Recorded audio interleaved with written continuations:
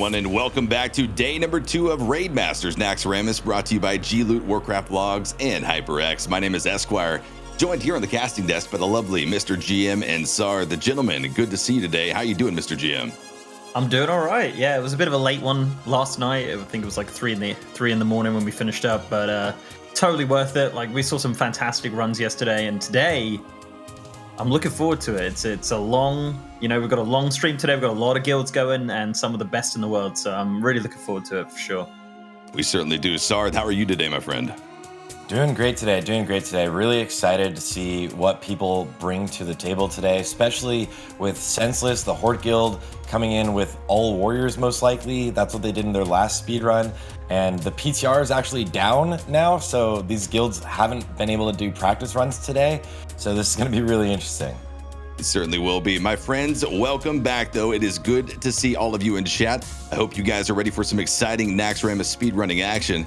But before we get into all of that action for today, let's go ahead and go over our laundry list of details. First, starting with our format for the tournament. This is, of course, a Naxxramas speedrun tournament here in World of Warcraft Classic Vanilla, where each guild gets 2 attempts to put up the fastest time possible. At the end of the 2 weeks, the quickest time walks away with the lion's share of the prize pool. We transition over to the rules that will govern these players and their guilds as they progress through the tournament. They are going to be following the Warcraft Logs standardized rules. No trash skips, world buffs are allowed. There are trash requirements, meaning there are a certain number of mobs of a certain type of mob that have to be killed in order for the speedrun to qualify. There's a 5-minute addition for any raider swaps, any substitutions that have to take place, and then each guild is limited to only 5 flasks of petrification per run. Now let's talk about what these guilds are going to be fighting for and what they did at least start to fight for on yesterday's attempt. The Naxxramas Raid Masters first place winner will be walking away with $4,000, second place with $2,500, third place with $2,000, and then the winner of the opposing faction of the first place winner will walk away with $1,500 themselves. So many opportunities to win, but only one will be able to claim that victory at the end of the Raid Masters Naxxramas tournament. We'll go over the schedule for today. Like Sar, the Mr. GM mentioned, it is going to be a jam-packed day, starting here with the pre-show. Right now in 1900, at 1930, we're going to be kicking off round number 3, or round number 1 of the day. And let me tell you, my friends, it is going to be an absolute banger. Exodus, Gaslighting, and LR will be duking it out here in the first round. A quick break, then we progress into round number 4, a break after that, and then later this evening, we'll be going into the North American segment of the tournament. So, a long day of Naxxramas raiding, certainly, but an exciting day at that, my friends, and aren't we going to be looking forward to it? You know, Mr. GM, we were talking about it. We've got 7 of the 9 teams competing today are in the top 10 world speedrunning times for Naxxramas. I mean, surely that's gotta give us at least a little bit of expectation, a little bit of hope for an exciting day. It's definitely going to be exciting. I mean, we could potentially be looking at a world record today. There is a chance that we could get a world record Naxxramas speedrun. You know, Silent Baker's obviously being one of the guilds with they're in second right now, right? With by like 8 seconds or something crazy. Yeah. So yeah, if the stars align and everything goes right, then we will. Yeah, I mean, any of these guilds, as you said, like a lot of them are in the top 10. So I think it's going to be a pretty exciting day of Naxxramas runs. 7 of the guilds in the top 10 today, but we've got 15 guilds in total that are going to be competing here in the tournament. Let's go ahead and take a quick glance at who those 15 guilds, squads, teams, whatever you want to call them, are for this event. You've got Rise, Turbo Buzz, Praxis, Rain, Exodus, LR, Salad Bakers, None of the Above, Gaslighting, Tribe, and then we continue on to our remaining 5 teams. And those are going to be Maximum Effort, Goosey, Senseless, Newman, and Scripted. So a very heavy lineup. Certainly, if you've been following the World of Warcraft Classic Vanilla rating scene, you have seen many of these names before. However, some of them might not be as familiar. I mean, Sarth, when you look at that list, you got to tell me what strikes your eye there. Some of these guilds in this list are just consistently, actually most of these guilds in this list are consistently in the top 5, the number ones throughout pretty much every speedrun of all of World of Warcraft Classic. So in Molten Core and Blackwing Lair, all of these guilds have been up there. Some of them are here under new names, and then some of them have come in that haven't necessarily been in the top 5 or top 10 as often, and then later coming into like phases with AQ have been in the top. But some of these guilds are just going to come in, and I think a lot of people are going to be surprised today. I think if things go well, we easily see a world record, and we hope to see that. And if things go wrong, we see a lot of people just feel real bad, and we'll see them in the next run. Certainly a lot of pressure on the shoulders of these players that will be competing today. But like we talked about, some teams we might not know about, some guilds we might not know about. One of the great things about Raid Masters is we shine a light on the individuals as well as the groups. So it might be a good opportunity for us to get to know one of the players from Exodus. It's going to be Daria. My name is Dasha. I'm from Estonia. I'm playing for Guild Exodus. I'm playing just when Classic starts. Before I don't play. I'm just sitting and watch some streams and want to try what is this game. I watch the film. And after that, I decide I want to see what is the World of Warcraft. And when I start, I very like it. The game, it's more for the chatting. You know, it's very interesting to chat with other people from other countries. It's very good and I like it. It's the best, I think, for the chat. With this guild, here I'm after the New Year. Before I was playing in another service in another guild. For this guild only from New Year. Every weekend we have 3 days on PTR that we try some new tactics or we do full run. But anyway, before the raid starts, our raid leaders give us a plan, what we will do. Wipe, it's a work moment at the game, and of course it's very sad, but I don't cry or scream. I'm just trying to analyze what happened and what can I do better. So just we don't have a wipe. Speedruns, it's a chance to show yourself that you can do something better and you have just some progress, that you can do it better and better.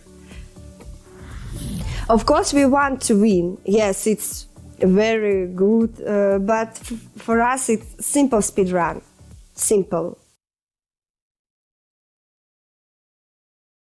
And great to hear a little bit of insight from Daria of Exodus, one of the guilds that will be competing here in the first round of today. Let's go ahead and talk about it, Mr. GM Sarth. We'll go ahead and go down the list of the teams that will be participating in the 3 rounds. And then I'm going to have a few questions for you guys regarding those certain guilds. But in round 1 today, guys, we have Exodus, Gaslighting, and LR who will be competing. In round 2, in just a few hours' time, you will be seeing a banger of a slot. You've got none of the above. Goosey, Senseless, Tribe, and Salad Bakers. And then rounding out the end of the day for the North American time slot will be Rain. So, gentlemen, Sarth, I'm going to start with you. When we look at the time slot for today, for at least the first round, what are we going to be specifically looking for in terms of Exodus, Gaslighting, and LR? Is there anything that stands out regarding these teams that might be worth mentioning? Both of these guilds, or all 3 of these guilds, are actually really, really strong and really competent, and they've all come in a very high place basically throughout World of Warcraft Classic for the most part. LR is technically a newer guild. They were on pace in their old guild, as I'm sure a lot of the chat knows, to basically get a world record run in AQ when they ran in early for Cthulhu and the entire guild got beamed. So they are now a new guild has formed with a lot of the same players. And so that should be really interesting to see how fast and how quickly they can go and what type of a time they can put up. And then to see the guilds out of Russia putting up these times and competing for the world first or the world record is going to be just amazing. So it's really exciting. This first bout is a very, very solid roster, and it just really starts this day off right. As we progress later into the day, we just talked about the second group. It's a very stacked group, the most guilds that have competed in a single group so far here in the Raid Masters Naxxramas tournament. I mean, Mr. GM, what are your expectations for group number 2 of the day? I mean, it's absolutely stacked. Yeah, it is absolutely stacked. I think that's definitely one to watch for sure, right? I think honestly, like all of these guilds is, judging from yesterday, every single guild does something a little bit different, and I think that's what's really cool to watch with these events or what we've seen so far. And I'm super curious. Like we've got so many guilds we're seeing today, and will they bring something new to the table? Will they, do they have this secret strat? Obviously, the PTR is down, so that they might have not had.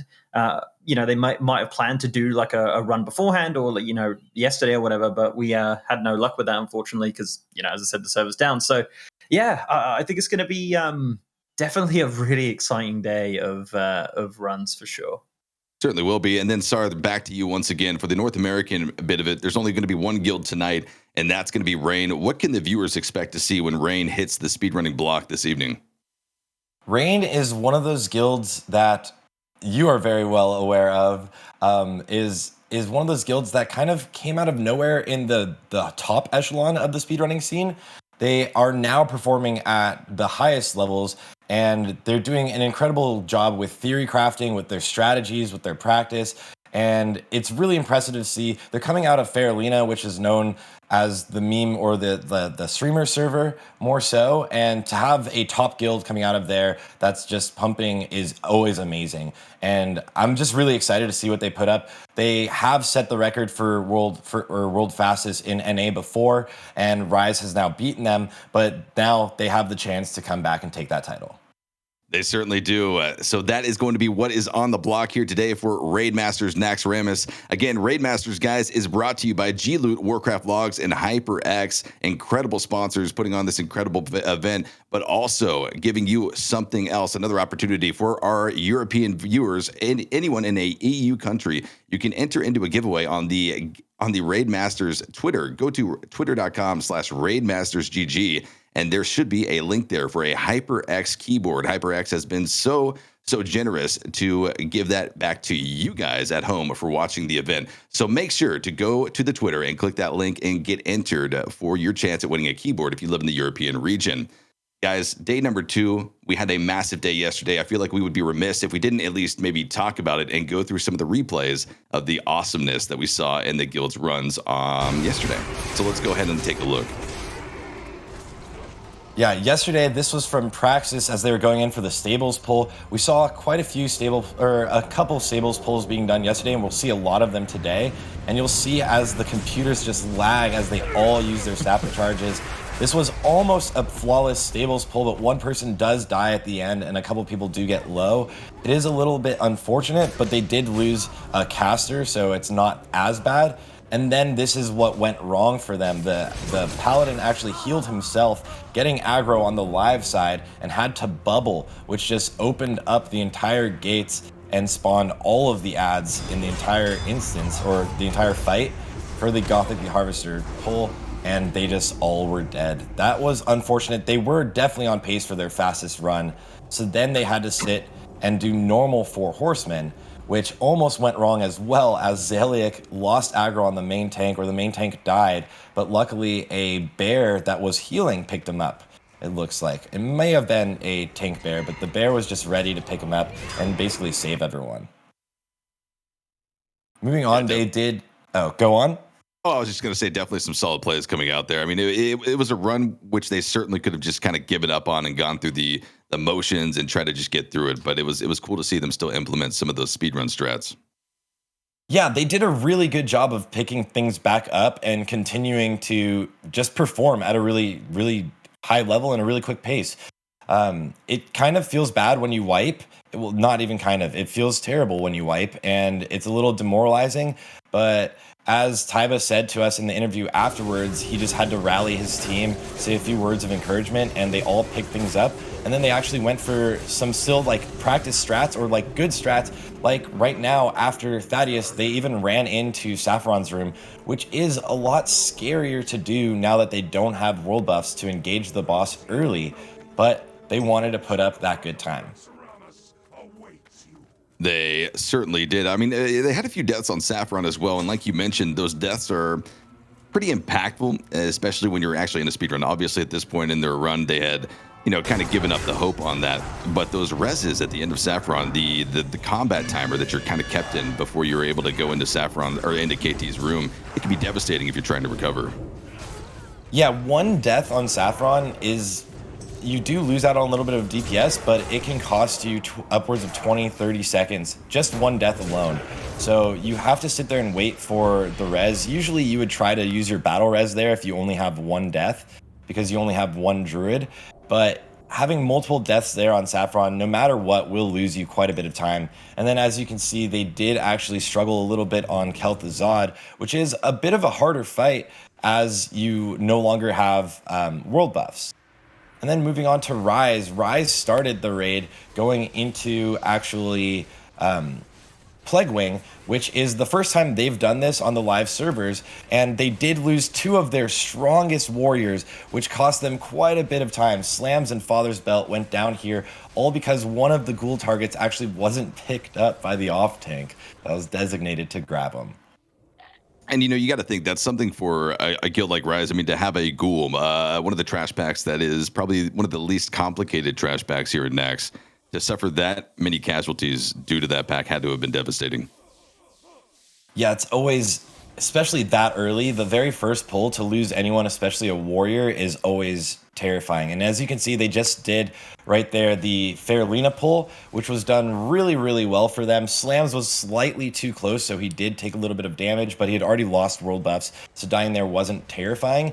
And then here, as we've pointed out earlier or yesterday, they're all using these magnetic helms from Nomergan to do a little bit extra damage to the slimes and pulling away these belchers so that they don't actually take any damage from those slimes while their mages deal with the rest of them. They put up a really, really competitive time, and they could have put up a 52-minute time, which would have put them as third in the world if they hadn't lost their warriors there early. But Rise put up one of the most impressive runs we've seen in a long time. Well, in the competition for sure. Yeah, they certainly did. And that was kind of one of the crazy things about it. They had those early deaths, those deaths that, probably should not be happening, at least as far as Rise is concerned. And then you think about the time they got when we talked to Dread. I mean, he was hands down. He was positive that would have definitely beat their personal best had they not had those deaths. It was at least a minute of time, he said, that those 3 warrior deaths or 2 warrior deaths ended up costing them. Pretty dramatic, but I mean, hey, that's the way the speedrun goes, right, Sarth? Yeah, it adds up. As you lose one warrior, as you lose any DPS, it always adds up. Having to resurrect costs a little bit of time, but really the pain is just like a death by 1,000 cuts. It's losing that DPS slowly but surely. As more people die, your run in itself just slows down. Mr. GM, are you going to be looking for these guilds today to maybe do anything different than we saw yesterday? We saw 4 guilds participate yesterday, but today we got quite a plethora of guilds that are going to be competing, and certainly strategies can vary.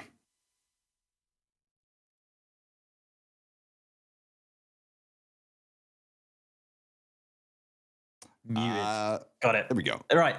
Yeah, so every guild had something different, right? And I thought that was so interesting about these speedruns. And as you said, we've got a ton of people today. So we're going to see, I don't know, I feel like we're going to see something that we've never seen before, or they're going to potentially, I mean, as we saw yesterday, there could be a strat that they're going to try and it just completely fails, like we saw with Tiber and his crew. They just did not have a good time with that strat on Gothic. So yeah, I think I'm very curious. I'm going to be definitely watching out for the risky pulls, like Sarth had said before, like the Fairlina one, for example, being a risky one. And yeah, I mean, even some of the best guilds in the world, like we saw yesterday, still make mistakes at the beginning there, like with Rise, right, where they lost the warriors super early. That was just unfortunate.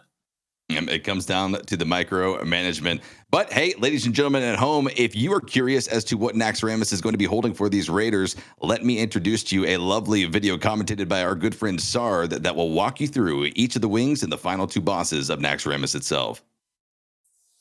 Naxxramas, the giant floating necropolis which serves as the base of operations for one of the Lich King's most powerful officers and the final boss, Kel'thuzad.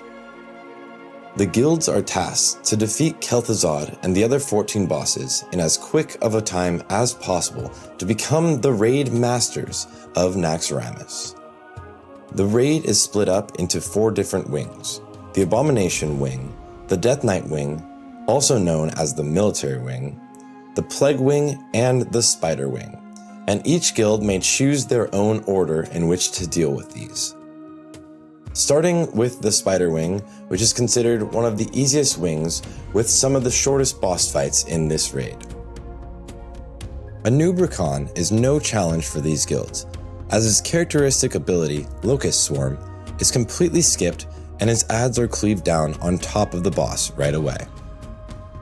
More interestingly is the Trash before Grand Widow Fairlina, the second boss. This Trash is one of the most unforgiving and risky of the entire raid, and could cause the run to be over if failed, even though it's one of the first pulls of the dungeon. However, where we have seen different strategies being used to clear the room as quickly as possible, a notable pull will be most likely used that includes pulling over 110 mobs together, and with a coordinated use of sapper charges, they are instantly killed.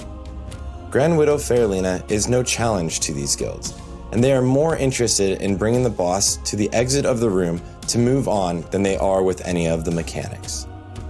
Naxxramas is the last boss of this wing, but has the shortest fight duration of all the bosses in the raid, with a kill time of just over 30 seconds. We can expect the top guilds to use most of their damage cooldowns here, just to make sure that she dies before using Web Wrap, an ability that stuns the entire raid for 10 seconds while she keeps attacking the tank. Plague Wing is a very famous wing, as it persists of Hygen the Unclean, but before him is Noth the Plaguebringer, where players must be focused on dispelling the curse of the Plaguebringer before it causes an entire raid wipe. The next boss is Hygen, which is often associated with his dance mechanic Eruption, which causes green goo to erupt from the floor, and the question is, are the guilds going to complete the famous safety dance of defeating the boss without losing any players, or will someone lose their step?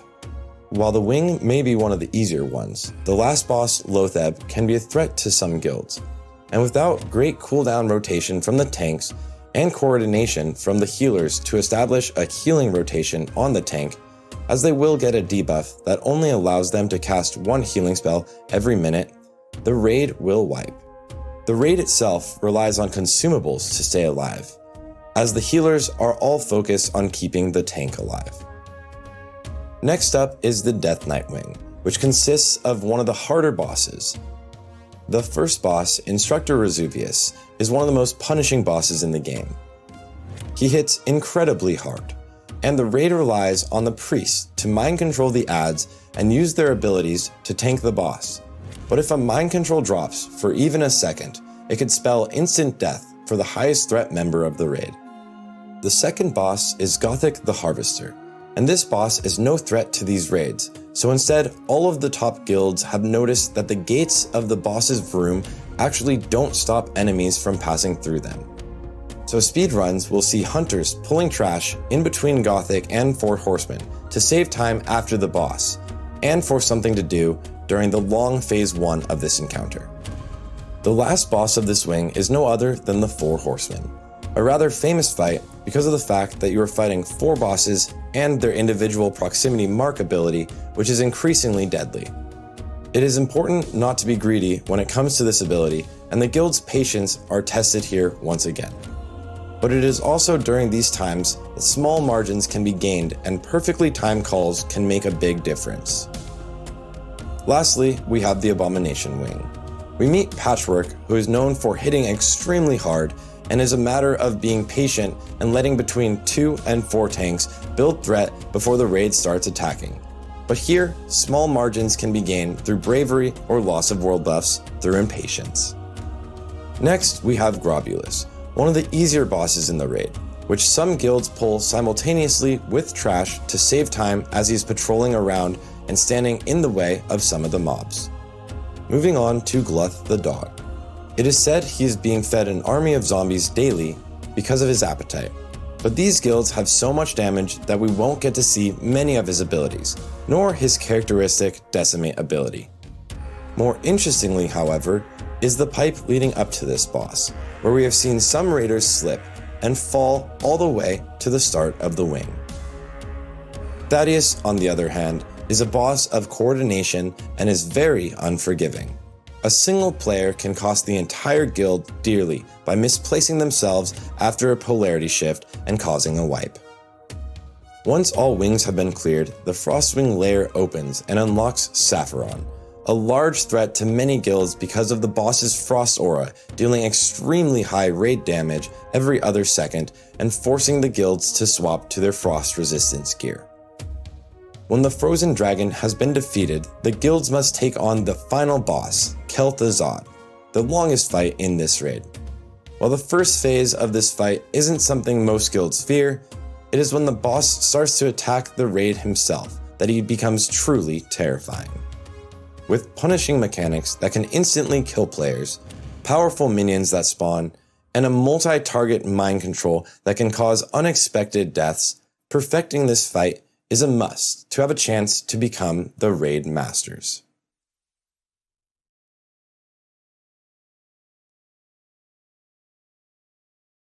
So there you have it, a deep look into the actual raid of Naxxramas and what you might be seeing from a boss's perspective as these guilds will be zoning in here in just under 5 minutes. Our first 3 set of guilds, again, that's going to be Exodus, Gaslighting, and LR. So, gentlemen, Mr. GM and Sar, let's go ahead and talk about our predictions. What are we going to be expecting to see here in round number 1? Mr. GM, I'll go ahead and start with you. As far as Exodus, Gaslighting, and LR, what's on your mind with these guys as they enter into the raid? So I guess going against each other, right? Exodus would be probably the top one in the world right now against all of those 3. But LR are also Horde. So I'm looking forward to actually seeing a Horde run because we kind of got a glimpse of one yesterday. But we did not get to see the whole thing happen, and I want to see those. I want to see those shamans go, and I want to see what kind of strategies they do with that. So, yeah, I don't know. I'm curious. I really don't want them to wipe because it hurts me physically seeing them wipe and just the whole thing just going south. So I hope that doesn't happen, and I'm sure they hope it doesn't happen either because of the the stakes of the event. But yeah, I think it's going to be interesting for sure, right? And as said, like LR are probably the ones that I'm more curious about out of the 3 there. Yeah, I mean, certainly Exodus, Gaslighting, LR, they're going before group number 2, where we already have some very established speedrun times in group number 2 itself. So you could maybe even argue that there's a lot to be earned here in terms of notoriety if these guilds are able to put up a good time. I mean, Sarth, what's your opinion on this group and these 3 guilds as they enter into Naxxramas? I think all 3 guilds have the potential to put up a time much better than they've ever done before, definitely, and also very, very competitive. We could see a 52-minute time out here from the Alliance, and from LR we could see potentially, there's hints at seeing a Horde Stables pull today, and maybe from LR, maybe from Senseless. The Stables pull in the military wing is very hard to do on Horde because you have limited invulnerability potions which last you 6 seconds instead of utilizing a bubble which lasts you significantly longer. So it's a lot easier to set up for Alliance, and it will be a very risky play. It'll be very interesting to see. Also, Horde, it'll be interesting to see the compositions of the raids, as that can swap. Some guilds may opt to go with more warriors than even having a mage group at all, which is one of the most entertaining things, especially for Hygen, where the warriors actually fight the boss on his platform, and the healers do the dance and have to heal in between doing the dance. So I'll follow up with that, Sar. I mean, what is the thought process when these guild leaders and officer crews, when they're thinking about, do we take the heavy melee comp and completely exclude mages entirely, casters almost entirely, or do we mix it up? Where does that consideration come in, and what do you think is going into this thought process for that guild in particular that's extraordinarily melee heavy? It's something really, it's trying to take advantage of Wind Fury Totem and how powerful Wind Fury Totem really is for all warriors. So just having incredible pacing. They never have to stop for mana at all, which you don't really do in a speedrun anyways, because everyone's drinking and running at the same time with their percentage foods. But it's really taken advantage of Wind Fury Totem, but it does leave you a little bit susceptible to any sort of magic effects, which means that all of these warriors need to be using this item called Moist Towelette to cleanse magic effects on themselves, specifically things like curses, and also, the curse as well on Saffron. So like whenever anyone gets cursed, they're going to need to deal with that themselves. They also need magic dust and other incapacitating items for the mind controls on KT. So it does make sure that the fight is actually a little bit harder for them for some things, but it's really interesting as we're about to get in. Yeah, speaking of really interesting, let's go ahead and hop in to the first round of the day here at Raid Masters Naxxramas, brought to you by G-Loot, HyperX, and Warcraft Logs. Sarth, Mr. GM, bring us that juicy action. All right, welcome to our first run of the day by Gaslighting. As you can see, using that standard UI again, kind of with with a little blackboard around it. But what are we looking at here, Sarth, with the composition? We actually have a Druid POV here. This composition is pretty standard. 2 rogues. 1 rogue is the exposed armor rogue. It looks like they're not doing a big pull here. They're just sitting there and waiting for the actual pat, which is pretty much a standard entrance into the Spider Wing. There is one other way you can deal with it, which is using a petrification flask to pull everything together. They did have their hunter, or actually it looks like a paladin potentially, move to the left and pull this other group. It was actually a warlock to grab this other group. So they're moving at a really solid pace here. Composition wise, they have 2 warlocks, 1 druid, which is usual, and just 4 mages. Sometimes you see 5, but this is pretty much a standard composition. And it looks like the hunter pet is running from behind, so they did grab the golems coming up, so they will have to use their faps and kill all of these golems. This is pretty much 2 deaths already. Oh no. This is something we saw yesterday with Rise, losing 2 warriors early on. That is just one of the most punishing things for the overall speed of a raid. So that's obviously going to cost them quite a bit of time. Those warriors are actually going to run back unless they have one person stay back to res, but they pretty much will have to run back while the raid runs in and deals with the first boss. Right, that's oh wait, there's another death? Oh. And a 3rd death, which is something that is actually pretty rare on this encounter. If you do die, you do spawn these little scarabs, but it doesn't happen often. Most likely it was a threat issue. So the ads actually took a second to get picked up by the off tanks, it looked like, as well. So this is a scarier start for Gaslighting over here, and not their ideal start for sure. No, it is. It's really not. I mean, it really does. It probably takes the wind out of your sails, right? As soon as you start going, and then like 3 people die. In fact, 4 people died. Just another person just. Oh no, it was the hunter. Of course, it was the hunter. It's always the hunter. With the feign death. But it really must take the wind out of your sails. And as you said, they are going to be running back to their bodies here. So it is a little bit of a run. I'm not sure how long specifically. I mean, by minutes, would you say the run back is to Nax? Yeah, it costs them time. They should be able to get back in time for the entrance right after the boss dies. You can't enter the raid as a boss encounter is happening, so they should be able to make it back in time, which it looks like they did in the running here. The hunter actually went and grabbed the first pull from the military wing as well, which was a very clean thing for them to do. It will save them time later, but these early deaths are definitely going to cost them. So the next scary thing will be the Fairlena pull to see if they opt to do it, because they are doing a lot of strategies, and they do get a pretty good padding on those little skitters, as you can see on the left. Now they do need to get a good AoE taunt off here and make sure that the person does have a lip going so that they don't get another death. But as long as they can have a clean Fairlena pull, they can still pull this out. It is just unfortunate to have those early deaths, of course. Right. So I guess this guild are so they are 7th in the world right now, right? They're about 5 minutes off from the world record, I think, specifically. I think their best is 56 minutes. But I think the interesting thing with this event, and it's something we've seen a few times, like obviously people dying. Do you think there's got to be that added pressure because there is actually something on the line here for sure, right?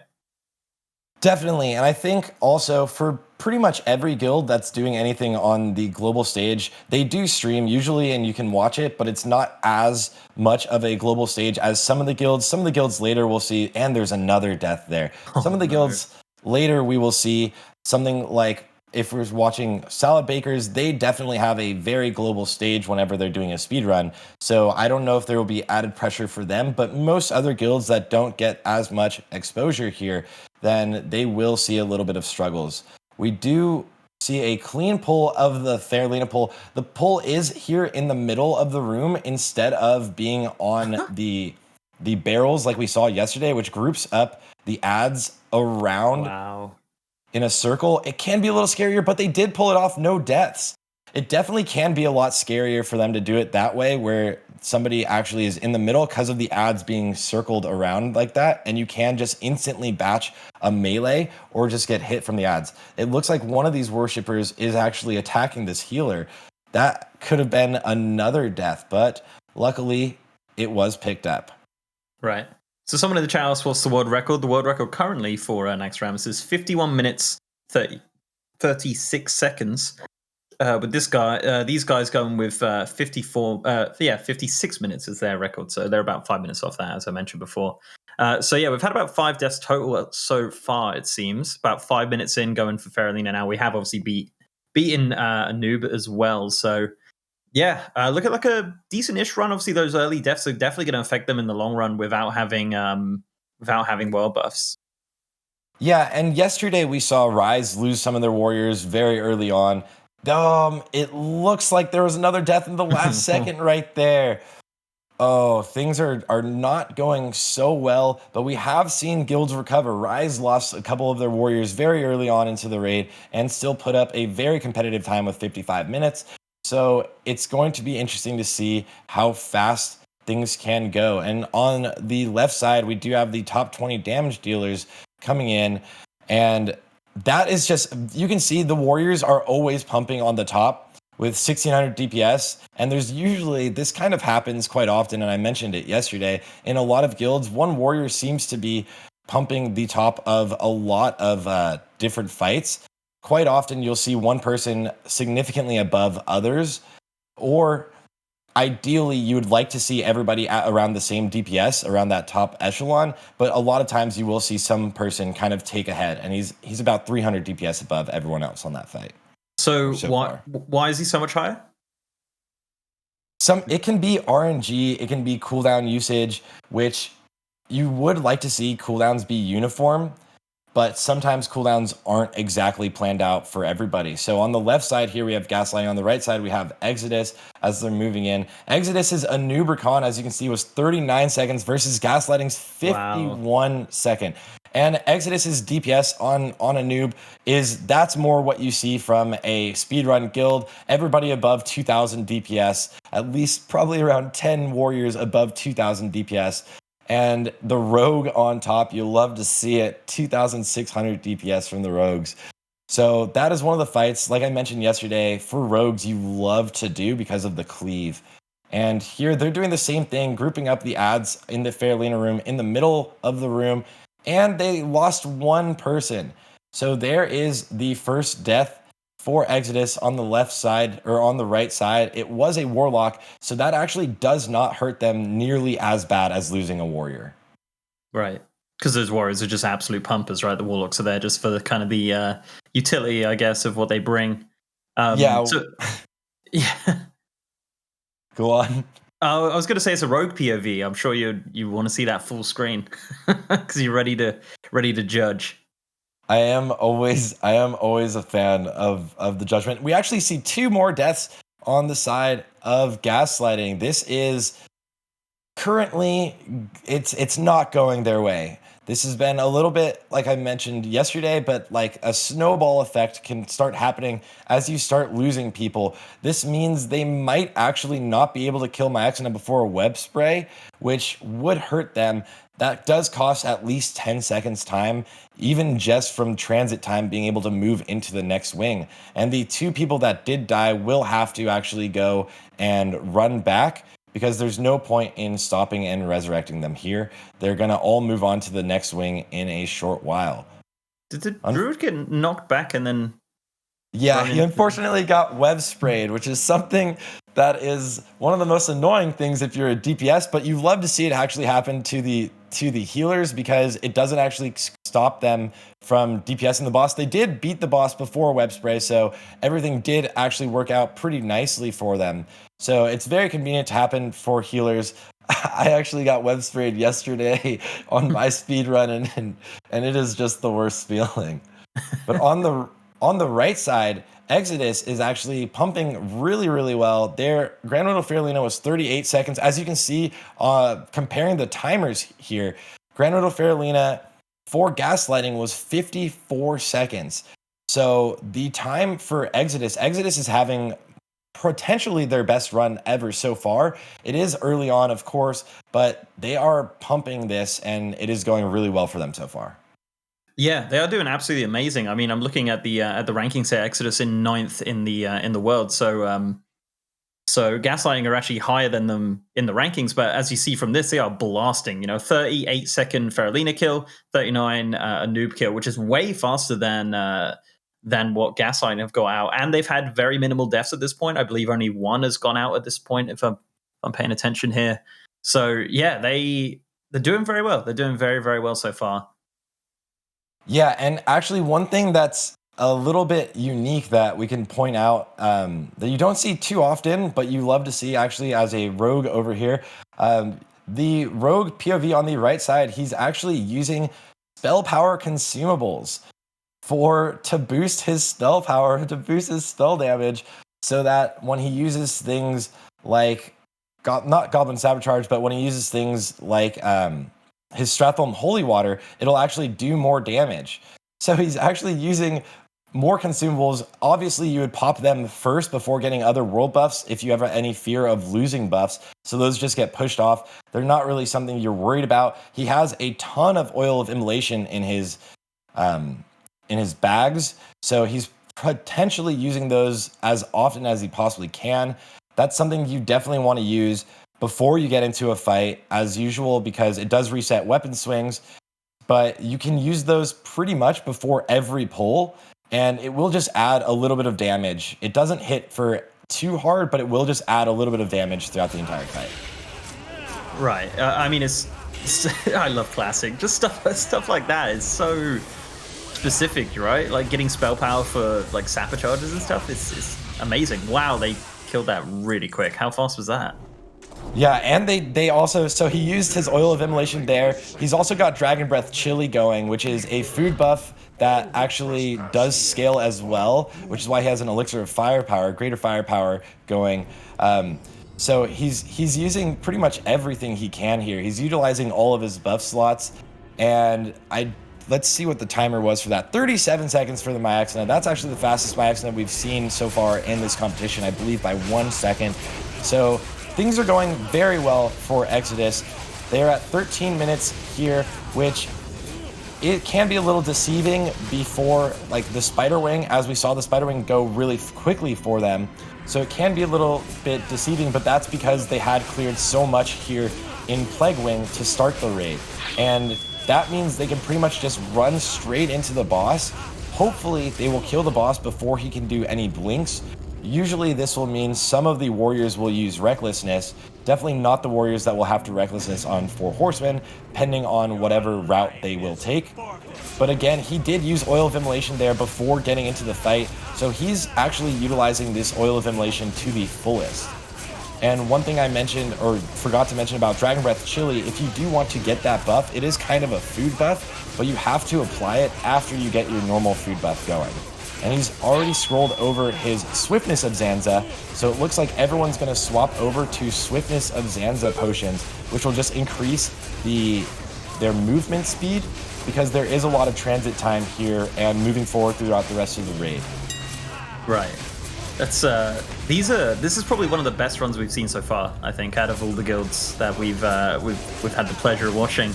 They're just absolutely blasting it like it's no tomorrow, man. This is like picture perfect so far, right? With 1 death. Yeah, this is going extremely well for them. This is all of those sappers going out. That potentially an early call of the sappers, but might as well, so they don't get slowed. So a really nice blow up of all of these mobs. They're going to try to run right in. You can see that this skull target, that's the elite mob coming in, actually gets deleted. Absolutely deleted. There's Oil of Immolations called for the entire raid. They're extremely coordinated here, and you love to see it. This is so far the best run that we've seen in the competition as things are happening, mainly because of the lack of deaths. Rise would be right here as well, so it's going to be interesting to see how the times compare with Rise, but the lack of deaths execution-wise so far, this is the best thing we've seen in the competition. Yeah, I think you're right. So we're moving into oh, what happened? Oh, it's the teleport. It got teleported. This happened yesterday, and of course it's the POV we have. Every time this gets teleported. If you get teleported, you're just out of the fight. It looks like 2 rogues were teleported and 1 warlock. Ideally, it would be that warlock and maybe some healers. It doesn't look like they have any healers logged out yet, but we won't see for a second. They should have 2 healers log out for Lotheb so that they can continue to heal for the next fight. And we'll probably see this rogue swap onto a Gnomish Battle Chicken. Let's see what his trinket swaps are. As everybody has this transit here, as they run in, a lot of people swap on. There it is. Throws on the chicken. You have about 30 seconds before you pull the boss. They did potentially have some deaths. No, it looks like people just were teleported to them. So they had a clean kill. Huygen 50 seconds long. An easy kill, and they just get to move forward. It's nice to be ahead of the pack here because you do get to refresh your food buffs, but it also does mean you don't get to DPS the actual boss. We can look on the right side at his damage meters, and most of these warriors at 1.9k, 1.8k DPS on that last fight, they are just destroying the boss, and you can see everybody's popping their battle chickens, as well as Arcanite Dragonlings should be going down just to add extra DPS for their mages. Right, yeah, because, so what was the reason for the chickens again? It's such a big brain strat. The chickens every now and then will do a soft enrage that will actually buff the entire party with a buff called Battle Squawk. And it is a 4-minute buff that increases your haste by 5% and it stacks. Ideally, you can get like 4 of them, and that's the highest I've ever seen. And it just increases DPS like crazy on this fight. It is one of the nicest things to have on this fight, as well as Patchwork. It can be used on quite a few fights, but generally you'll see it here and on Patchwork. It does have quite a bit of a cooldown, so you can't use it all too often, but this is one of the big boosts for the fight, as well as the Arcanite Dragonlings do put a debuff on the boss called Flame Buffet, and this will increase the fire damage taken, and so all of the mages will try to get a huge ignite rolling early on in this fight, and then just keep it going the entire time. So as you can see on the right side at the bottom, the damage meters, the mages are on top at 3.3k, and you're also going to notice that this rogue is not going to go for a spore, and this is actually something that most rogues don't really know. And little shout out to Fienzi in progress for calculating the exact times you need to get advantages out of this. But if it takes you more than 4 seconds to get a spore, it is a DPS loss for a rogue. So it is not worth it, especially as a dagger rogue, to even go for a spore. You can do 1.7, 1.8k DPS pretty easily on this fight by not going for the spore buff, because you lose a lot of downtime running to that. Right. Then we're on Patchwork, right? Here we go. With moving over to Patchwork with LR. Horde going to Patchwork first. It looks like they're going for Patchwork first. One thing that's actually interesting, if they're going to Patchwork first, it doesn't look like they have the Razorhide buff. That is something that most Horde guilds will utilize. Oh no, they already did Spiderwing. Never mind. They've already done Spiderwing, and now they're going in. There is a unique buff that Horde can get that will boost your armor, and it scales incredibly well. I'm not sure the exact amount. Someone in the chat could probably say what the exact percentage of the buff is, but it is insane. And there's also a speed buff you can get, and you get these buffs from Camp Taraho in the Barrens, and it's something that only Horde can get, and you can utilize these really well. Horde guilds can utilize it to have just insane armor on Patchwork, or to move forward early, to have a little bit of extra speed early on in the raid and just have no fear of deaths. That Patchwork there, they have a lot of warriors here at 2,000 DPS. That's what you like to see. That's what you like to see. All of these warriors at 2,000, 1.9k, 1.8k with the rogue. This is beautiful. And on Horde, you always have this little fear of threat because you don't have Blessing of Salvation, but most of those warriors most likely were using Fetish of the Sand Reaver. Right. So the what was I gonna say? I'm just looking at the composition here. Is there any Horde like racials and stuff that are going to be super helpful here, like Will of the Forsaken, for example? Will of the Forsaken actually comes into play one time, and that's really on Gloth, this next boss after the fight they're at right now. And that is because the boss will actually fear you. And yesterday we pointed out a spot. There is a spot you can stand at where if you're in it near the doorway, if you get feared, you don't move at all. That is kind of a safe spot, but Will of the Forsaken can stop you from getting feared. You don't lose out on downtime on the boss. Horde don't have Fear Ward, which Alliance do have. So on Alliance side, everybody would have a Fear Ward up by now so that they are immune to the first fear, but Horde do also have Tremor Totem. Tremor Totem will break them out of that fear, and you can also use Limited Invulnerability Potion on the fear because the fear is a physical effect, and Lip will make you immune to it. There is potentially, oh, not a death, almost a death from Daddy Big there, gets very, very low. There have been 5 deaths so far, and they do pull Gravulus. Let's see how this goes for them. That Patchwork was 1 minute and 39 seconds. That was a very fast Patchwork, and the Myexna 36 seconds. It looks like LR are moving at a very solid pace, depending on how quickly or how much they did before they moved into the Spider Wing. Right. Yeah, because we didn't get to see the Spider Wing, unfortunately. That Myexna kill was super quick, 36 seconds, so they wouldn't have hit that ability you mentioned before, right? The one that happens. The web wrap. Web wrap. There it is. I can say it. Yes. Yeah. So with Gravulus here, you said in the video that they're probably going to pull some trash with him just to make sure that, I don't know, speed it up, I guess. Yeah, that trash pack that they pulled right before this. If Gravulus is pathing down and he's right below, we saw one guild do it yesterday. I believe it was Rise do it yesterday. You can just pull the boss, and the boss doesn't really have any mechanics that you should be afraid of. I'm sure the chat knows all too well about the mechanics of Gravulus in speedrunning scenarios, but he doesn't really have any mechanics that you should be afraid of. One thing that was really nicely done there from LR was that they were kiting the boss up the platform to make it closer to this next boss, Gloth.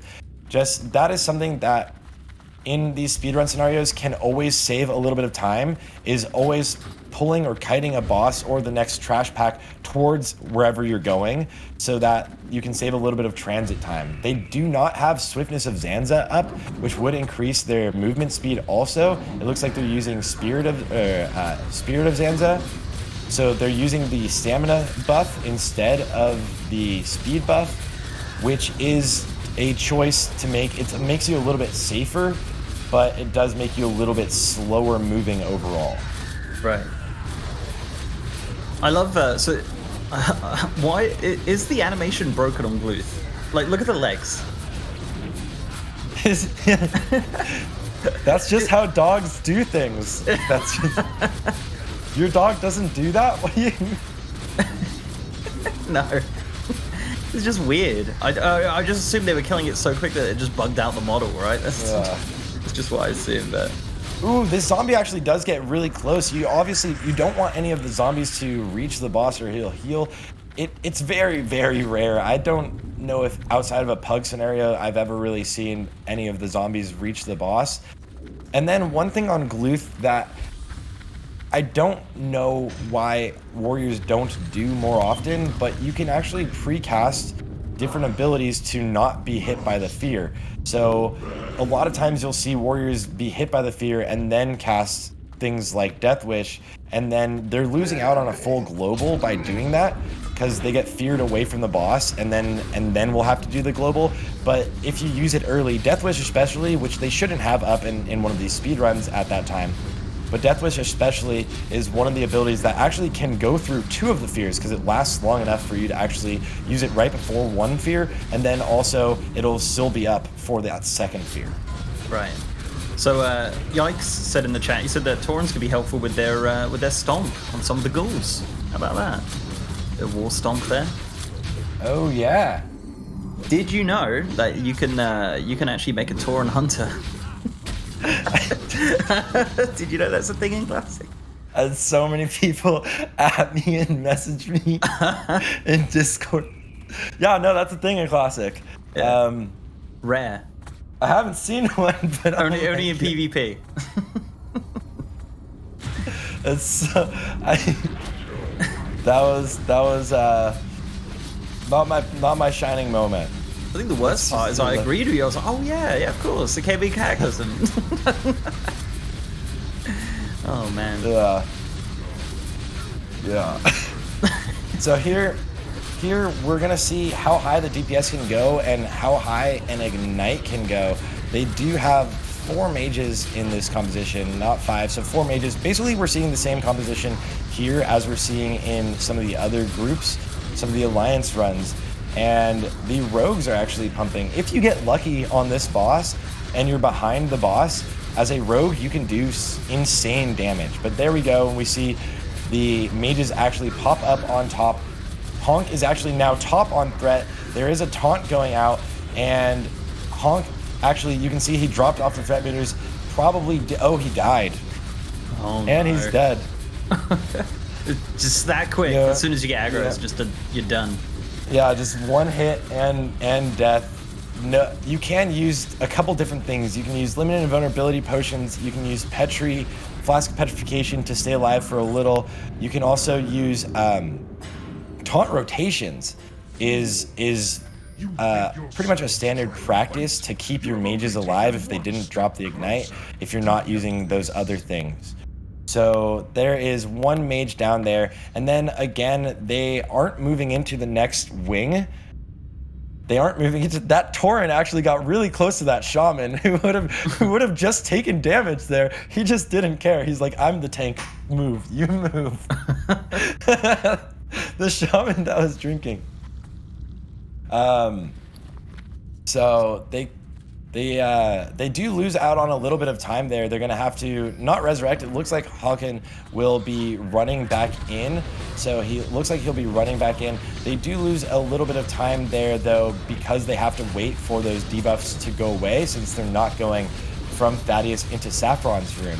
But that does mean that it looks actually like they will be going 4 horsemen into Saffron's room. So they're not going to use any of the cheesy abilities to move into Saf. We have seen 1 world record from Horde, actually the Horde first sub 1 hour run, which was from Onslaught, RIP, that they actually did Lotheb into Saffron, which meant that they only had 2 healers on all of Saffron, but they did utilize that Spore buff where they had incredible crit for their warriors onto the Saffron fight.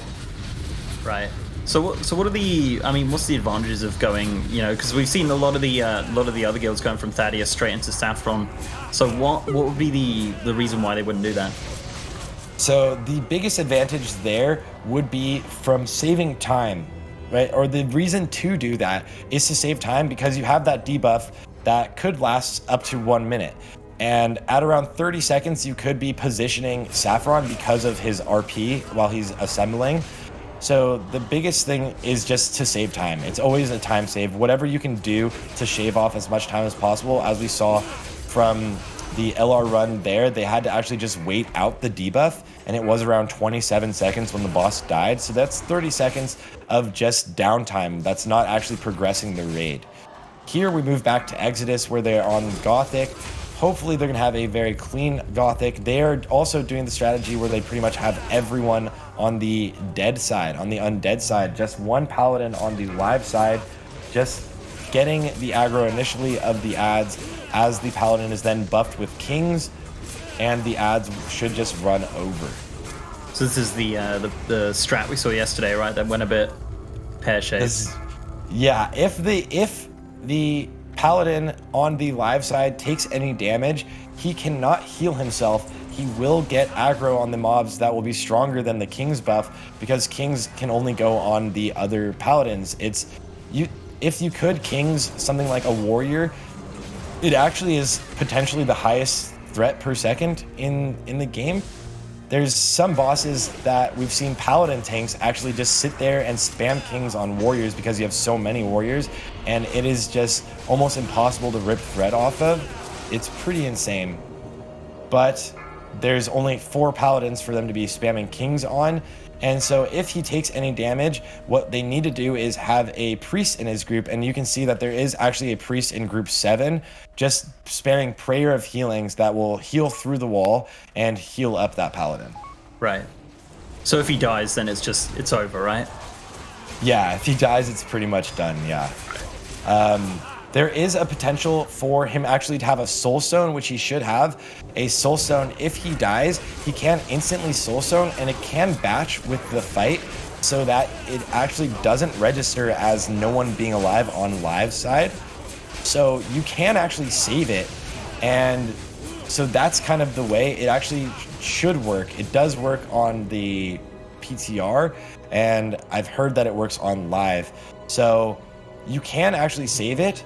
You can see that he's trying to equip some speed items here. The rogue is trying to equip some speed items. He has multiple pairs of the boots so that in case something goes wrong, everyone should have had their speed items already equipped, so it might be kind of a late one for him if he doesn't have sprint. Yeah, you can see that this rogue POV that we're watching right now, he is moving a little bit slower than everyone else. That's probably unfortunate. He probably was stuck in combat before the fight, so he couldn't equip his rocket boots. Oh, he's running behind. He will have sprint coming up, I think, so I don't know. But yeah, I mean, he'll catch up eventually. It'll be fine. He's back now. It's a little bit too late now. He didn't. He tried. But there we have the top DPS for, let me see which fight this is. Top DPS, the top 20 DPS, I believe that might be for Vesuvius, which would be 1800 would be incredible if that's for Vesuvius. It's huge. Oh, and it's gone.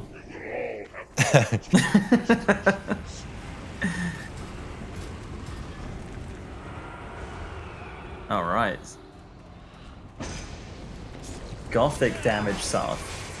That's top 20 damage for Gothic, 562 DPS on the fight. It's actually pretty insane. That might be registering all of the ads they're bringing in. Gothic is one of those fights where, because you don't have the ads or there's not much going on, actually DPSing that fight is the worst. They actually removed it from Warcraft logs from your all-stars because it just, phase 1, if you're not doing the Gothic pulls like we saw there and pulling things through, there's pretty much nothing you can really do to increase your DPS, especially if you're on undead side.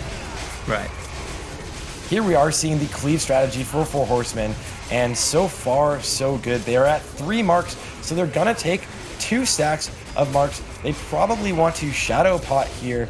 They're gonna take 2 stacks of 4 marks. The rogue could actually vanish the marks if he wanted, but we'll see if anyone actually goes down. They might make it away. It looks like they made it away clean. They're staying in the safe spot to heal up for a second. I'm intrigued why they haven't all ran into Blumau, what they were waiting on there, but now they are moving in. They potentially were just waiting on a late mark, moving into Blumau, and so far so good for 4 horsemen. You can see that on the right side of the screen, group 8 is actually grayed out because they're all a little bit further away. They're all attacking Zaliek, as well as 1, 2, 3, 4 warriors are also grayed out, and they are attacking Zaliek, which is the ideal amount of people attacking Zaliek. Usually, actually, in speedruns, you'll actually kill Zaliek before you kill Blumau, which is very opposite of what most guilds are used to. And that's because of the chain ability? Yeah, there's the chain ability that you usually get to run away, so it was really nice there. They kited Blumau right towards the exit so that they can portal right in and then move on to the Abomination Wing.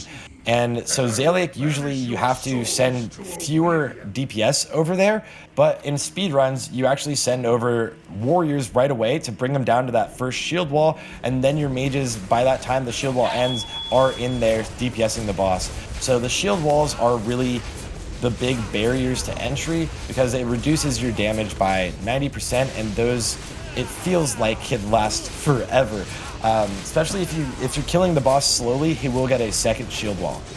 So if they're going quickly, they can actually burn both. They can burn all of the bosses before a second shield wall. And you can see that the group actually splits up the Belcher and the golems here. That is just so that they don't have to use a free action potion yet. Some of the warriors could have put on their PvP trinkets, but they split those up just to be safe. Dying on these mobs, there are a lot of guilds that have underestimated these mobs. Notably, potentially in the race to world first, those mobs can actually full wipe groups. I have a lot of personal experience getting stunned and getting cleaved down, so playing it safe there and actually spreading out those mobs is almost always the better play, unless you're going to kill them and cleave them down before you can actually take much damage. And here they're going to use their free action potions. So now they're pulling in all of these golems at once. They want to blow them up before they can actually take much damage from cleave. This rogue did use evasion, which you love to see. It's just going to actually protect him from the damage. You can see that two of the warriors got extremely low there as the cleaves went out, and now they're spreading out the mobs instead of having them all in a 4-stack and then bringing them back together. You can take quite a bit of damage there, but it is, again, a physical ability, so you can resist, not resist, you can dodge it, you can mitigate it. So evasion is always the play there on that pack if you have it up, as well as Blade Flurry, which we did see. Yeah, because people were going super low there. I mean, one of the guys there was like 1% at one point. But yeah, we've only had 3 deaths total so far, which is absolutely incredible. As we go into this final wing here, the Abomination Wing as well, the penultimate wing, as we, because obviously you got the Frostworm Wing, of course. Timing wise, things are going pretty well for them. 37 minutes. They're not on world record pace, so they're not going to get a world record here, but they can definitely set their personal record. And 3 deaths, you love to see it this far. That's only 3 down. Seeing the Immortal run, we haven't seen one yet. I believe Apes has been the closest to getting the Immortal run and had a death on Kel'thuzad, but we haven't seen any runs, I don't believe, with Execution where nobody died. It's never happened. Yeah. Wow. I didn't know that. Chat will have to correct me if that's wrong, but I believe no one has pulled it off yet. And it would be amazing to see in the competition. Yeah, not only do you get like a really good run, you also get no deaths. But I mean, with no deaths, you pretty much are guaranteed a good run as well because of the increased damage from the world buffs and stuff like that. So yeah, and those just scale so incredibly well. They have 16 minutes left on Sunflower, 18 minutes on that Warchief's Blessing. So world buffs are looking very strong. As long as they have a clean patchwork here, I would actually be intrigued to see if they 2-tank or if they go with 3 or 4 tanks for patchwork. To 2-tank patchwork, you need an insane amount of overhealing being used. And if they actually opt for that strategy, Patchwork is actually padding back here, which is a little bit unfortunate. It means they might have to wait unless they wanted to run through the little slimes. So this is actually going to cost them time unless they have a hunter go in and pull. This is just a little bit of time. And it actually looks like maybe they are going to distract Patchwork. So they are waiting for something else, actually, potentially. So here's just a little bit of downtime, actually. And that definitely is not ideal in these speedruns. You are seeing a lot of those uses of battle chickens again. And everybody that is a DPS dipping into the slime to be at low HP. It looks like potentially 2 tanks. They might actually be 2-tanking this, which we will dive into in the logs later. But to 2-tank it, the Hateful Strike tank is using as much mitigation as possible, a lot of times with a lot of dodge, a lot of agility gear and a lot of dodge, and just crazy amounts of overheal. You're just pretty much on repeat healing the tank for as much, both tanks for as much as you possibly can, so that the second they take damage, they're healed back up. Makes me so nervous seeing all the health so low. Yeah. It's something you definitely get used to on this fight as a DPS, and unfortunately we haven't seen the Battle Squawk buff go out yet for our POV, but it would be very nice. We did see quite a few chickens being used, so sometimes you have bad RNG and you don't even get the buff at all, and sometimes you get blessed and you get 4 of the buffs and you can just do more DPS than anyone ever. You can see also on the right hand corner, the mages at the top mage at 2.7k DPS with that big ignite just pumping, and the warriors just holding threat, having no issues whatsoever. This is one of the fights where you're not as afraid of threat, especially as a caster, but if you're a melee, you do want to watch out quite a bit from getting into the top 4 on threat, unless you have very, very low HP. So things are going very smooth for them now. Patchwork does enrage at the end, and it is a clean kill. 2 tanked Patchwork. Really, really nice from Exodus there. As long as no one dies to the slimes, they are on pace, I believe, to have their fastest run, and potentially the fastest in the competition so far. Yeah, definitely. I mean, their fastest run ever would be 57 minutes 36, I believe. So yeah, puts them in 9th in the world. So yeah, looking pretty good so far. Around about, you know, how many bosses they got left? They got 5. So yeah, and they'll probably make pretty short work of these ones here for sure. Yeah, ideally they could use some speed items to try to jump across, but there's a quick engagement with a cheap shot on the mobs. This is really nice. You like to see them all move in quickly and then just try to heal up while they are actually fighting these mobs. The next group should be already pulled into the group already. It could have been slightly faster, but it is also just for a little bit of safety. And then you almost want to see the next group coming in right now, or it depends on Grov's pathing if they're going to just run to it. So it looks like they're just going to run to it, and then they'll run up the stairs to the boss. This is actually pretty nice here. Probably a call from the raid leader in real time for this, and we're going to see potentially a cheap shot once the mob gets in position. There we go, a cheap shot, full sappers out. You can see everyone in the raid using sappers, and people getting knocked up, but they're over here in a safe zone, so you don't have to worry very much about being knocked up. Right, so the what's the cooldown on sappers? 5 minutes. 5 minutes. 5 minutes. This is actually, it looks like 3 minutes behind Rise's current time. So this is going very well for them, but I'm curious to know where they lost so much time with so few deaths. Their kill times have been really incredible, which I need to pull up the logs to compare with Rise. Yeah, because some people are saying that the time was wrong, but I don't know. I don't think so. I'm not sure. I mean, production seemed to say that it was correct, so. I was looking at the bottom there, LR, 10 bosses down at 39 minutes. LR going at a really good pace. Fast in it. Yeah, they are actually moving at a very solid pace, and they do have quite a few deaths now, though. It looks like LR has taken 23 deaths. So there's actually quite a few deaths that have happened here. Exodus does have the cleanest of the runs so far, and actually the cleanest of the runs we've seen so far. Speed boots used here. You love to see that also. So they can just move faster. This is just a useless transit time. You can see some people did actually have their boots break.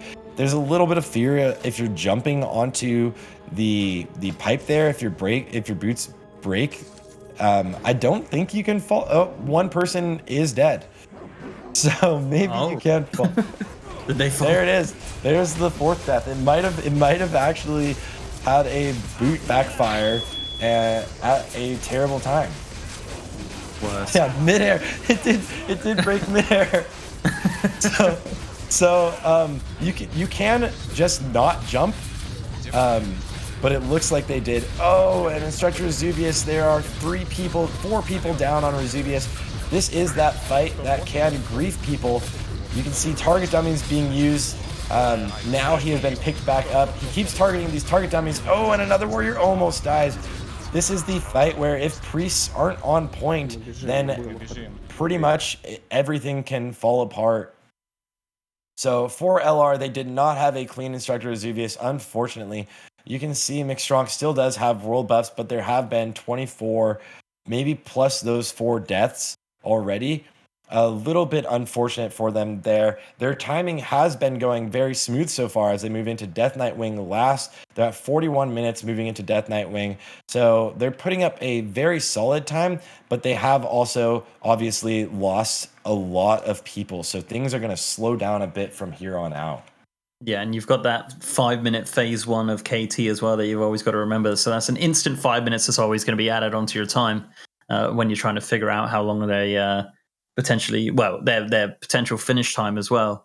But I wonder if they did the horse pull, the stable. I am curious if they did the stables pull. If we have that as a highlight as well, that might be where they lost a lot of their players. I'm curious where so many people have died, but it looks like over half the raid, or around half the raid. Yeah, 28 deaths. Probably around half the raid. Some of those deaths are for sure people dying twice. They did double pull these weapons here. Can be a little intimidating, but it's not too bad. It's a lot of swords, so it actually shouldn't be any issues for them. And they move on. They still haven't done the Gothic pull yet, which Gothic is one of those fights that does take up a lot of time, even though they're saving time by pulling all of the ads through the gate. It's just still is one of those fights that does take up quite a little bit of time, as well as 4 horsemen after you've lost this many players. It'll be interesting to see if they actually opt to cleave down 4 horsemen, or if they are going to go with the original strategy of just pulling all of the horsemen into their original side. So with the Gothic pull on the Horde side, obviously the Alliance use the Paladin there. So how would the tactic differ for the Horde? Rogue, sprint, nade, evasion, and lip. It is a tighter window. It's kind of like for the Fairlena pull. If you're setting it up as a rogue on the Horde side, you can't do as big of a Fairlena pull. You could potentially if you use 2 rogues, because Alliance do like to use 2 paladins to set up the biggest pull.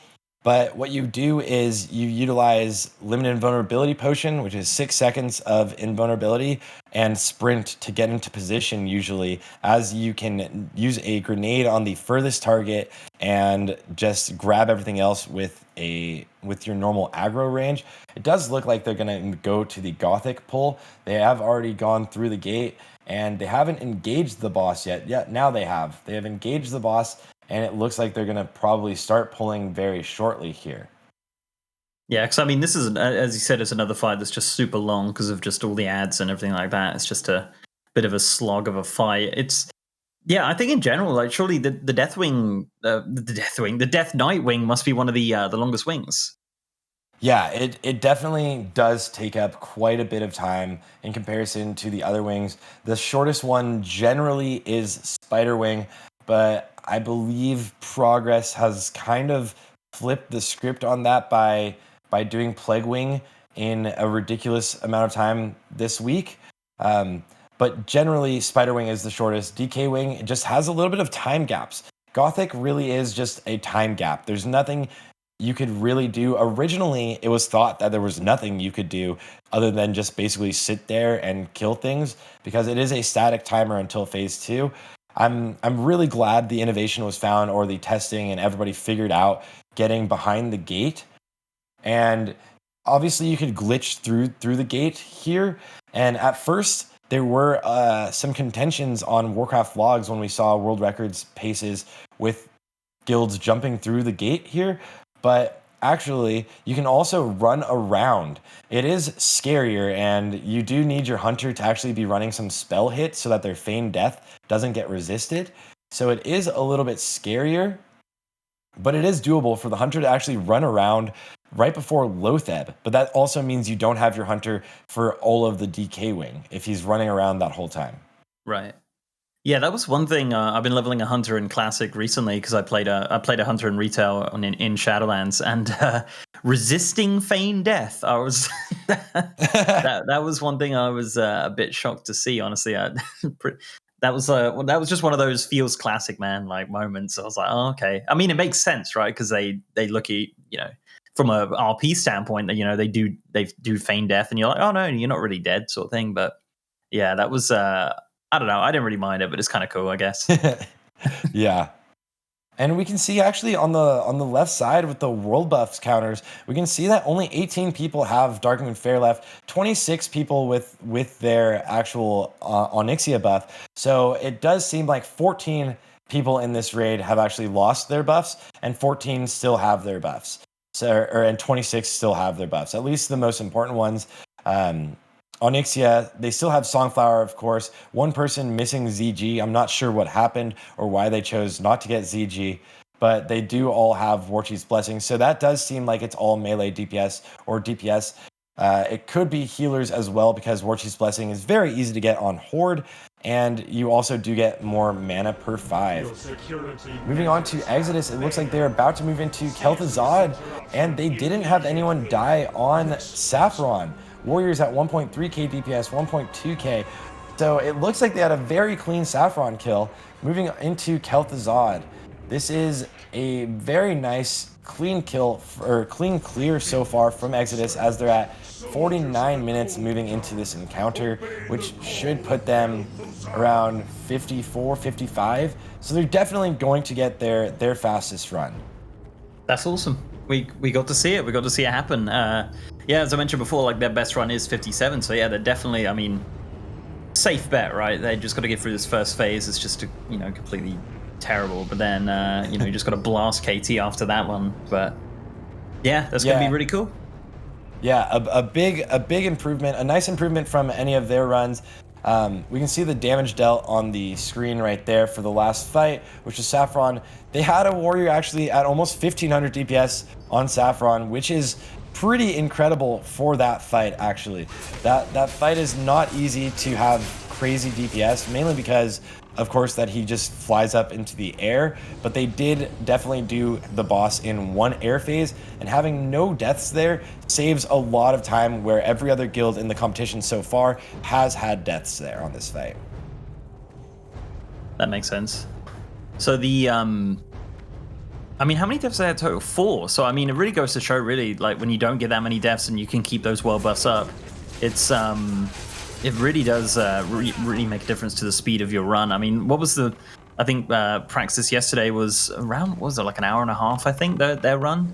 And because they obviously had that wipe and just completely derailed the run, unfortunately. But yeah, we'll be curious to see if this will be one of their best runs. I see people in the chat predicting around about 58 potentially, but yeah, we'll see. I mean, chat, let us know what time you think this is going to end, this run here. There are 50 seconds now, obviously, in phase 1 of KT. Their record kill is actually in the next, within the next 5.5 minutes. So we'll see what happens. But yeah, you just got to get through this first phase here. They've got about 3.5 minutes left of that. So yeah. Yeah, and actually we're seeing some people in the chat say that potentially somebody hit a critter before actually moving in to start the log. So we're gonna see what the actual log timer is. I'll dive into the logs after the run. But one thing that we mentioned yesterday in watching the Rogue POV, we did see this Rogue use his actual Blade Flurry early, which is really good, because now it will be back up for the boss, even though they're gonna not have they shouldn't have a 2-minute kill of Kel'Thuzad, so he's not gonna get 2 usages out of Blade Flurry, but he will have it up for the boss. If you've lost a lot of people and there's a lot of deaths, then Blade Flurry, you can easily save it.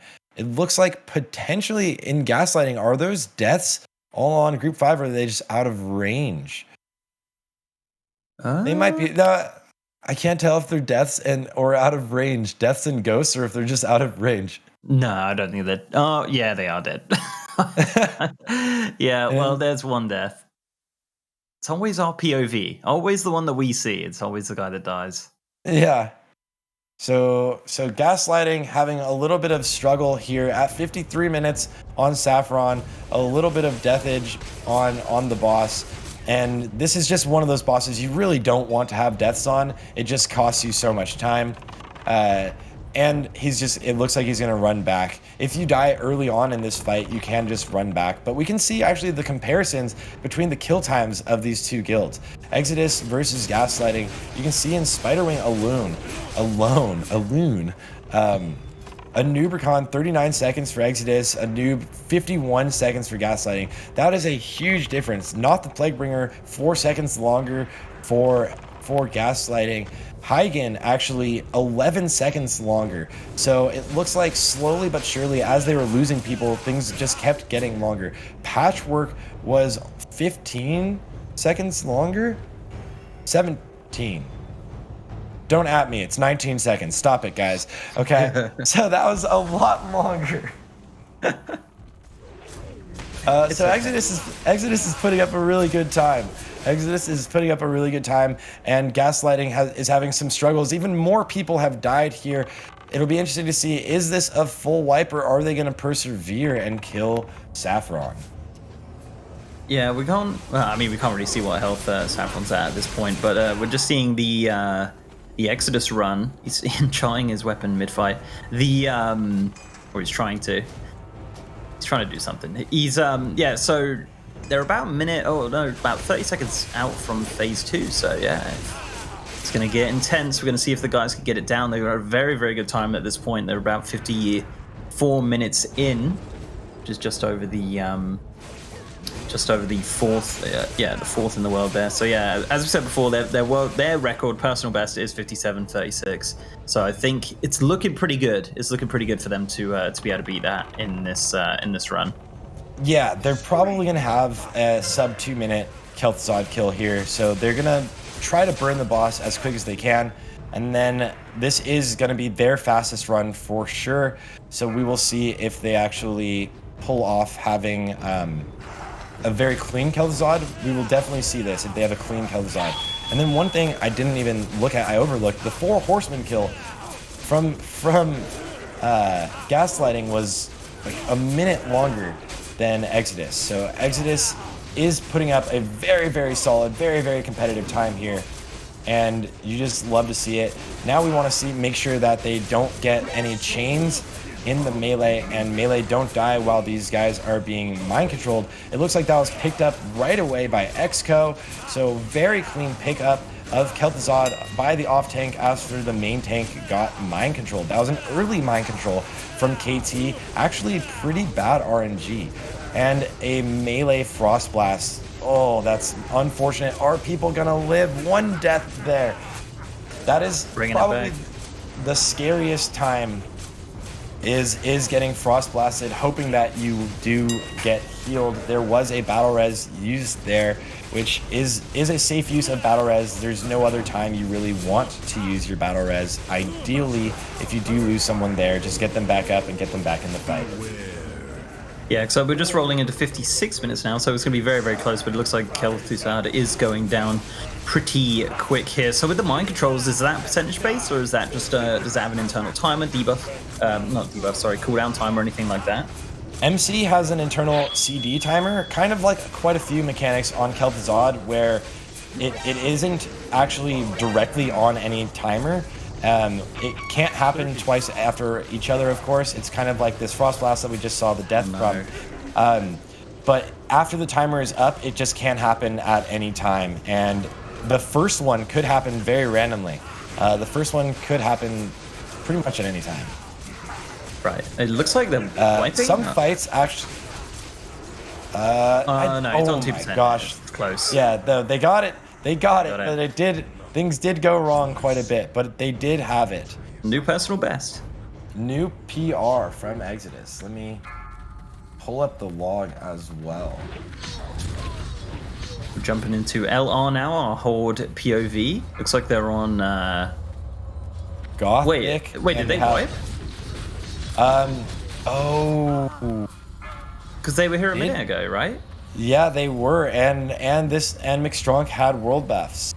So potentially a wipe to the Gothic pull, unfortunately, for LR. Yes, they wiped in the chat. Oof. You hate to see it. You really do. They were putting up a very solid time, but they did have, they were here a minute ago, and they did have 26 people with world buffs. So now they're doing Gothic the normal way. They did clear out quite a bit of trash in between Gothic and 4 Horsemen, but this also does mean that their 4 Horsemen kill will be significantly longer than what they would like. Instead of it being a minute and 40 seconds, they're going to have probably a 3-minute plus 4 Horsemen kill now. So that Exodus run was 55:10 officially, according to Warcraft logs, and that puts them 6th in the world, above Rain. Could you believe it? Esquire is just fuming. Very clean from Exodus. So really impressed with that speed. And until Kel'thuzad, pretty much nobody was dying. They had 3 deaths pretty much until Kel'thuzad. So a very, very clean kill. And to put them up there in such an improvement from them for multiple minutes of improvement, 2 minutes plus of improvement from their last speed. Yeah, that was a really good run. That was absolutely, like, apart from a little bit rough at the end with KT, but I mean they got it down at the end of the day, so it's not really too much of an issue. But yeah, I think it was that was a really, really fantastic run. But that puts them 2nd in the whole tournament, right? I believe. I think. Yes. Yeah. It might put them first. What was the official time of Rise yesterday? I'm not sure. Let me have a look, see if I can pull it up on raidmasters.gg. Let's have a little look. The official time was 55:17, so yeah, they are currently in the lead. So yeah, they're number 1. There they go. Yeah, they had really unlucky Kel'thuzad. They had a really unlucky Kel'thuzad with a lot of Frost Blasts. Multiple MCs go out and a lot of Frost Blasts in melee on the melee groups. Ideally, your melee composition or your melee groups don't get Frost Blasted at all, and actually it's just the range, even healers. Because if you lose out on an entire melee group, which is doing most of your damage on that boss. And then also the Shadow Fissures as well. We did see somebody die to it yesterday, and there's always one. But that's the same thing then. If Frost Blast is on CD, the melee just have to get out, and they do lose out on quite a bit of uptime on the boss if they actually have to run away. Right. So the critters thing, what's the did someone just do it for fun, or were they trying to actually achieve something with that, or because people are saying they killed the critters beforehand, which kind of messed up their timings. Yeah, but it doesn't look like anything on the logs. I'm trying to look at the events for the very beginning. It doesn't look like anything too bad on the overall log. Let me see. There is a maggot that dies at the very beginning of the log. That is actually like a minute early. So the trash fight, actually, that's 2 minutes before the very first, 2 minutes, 10 seconds potentially before the very first trash fight. A maggot that got killed.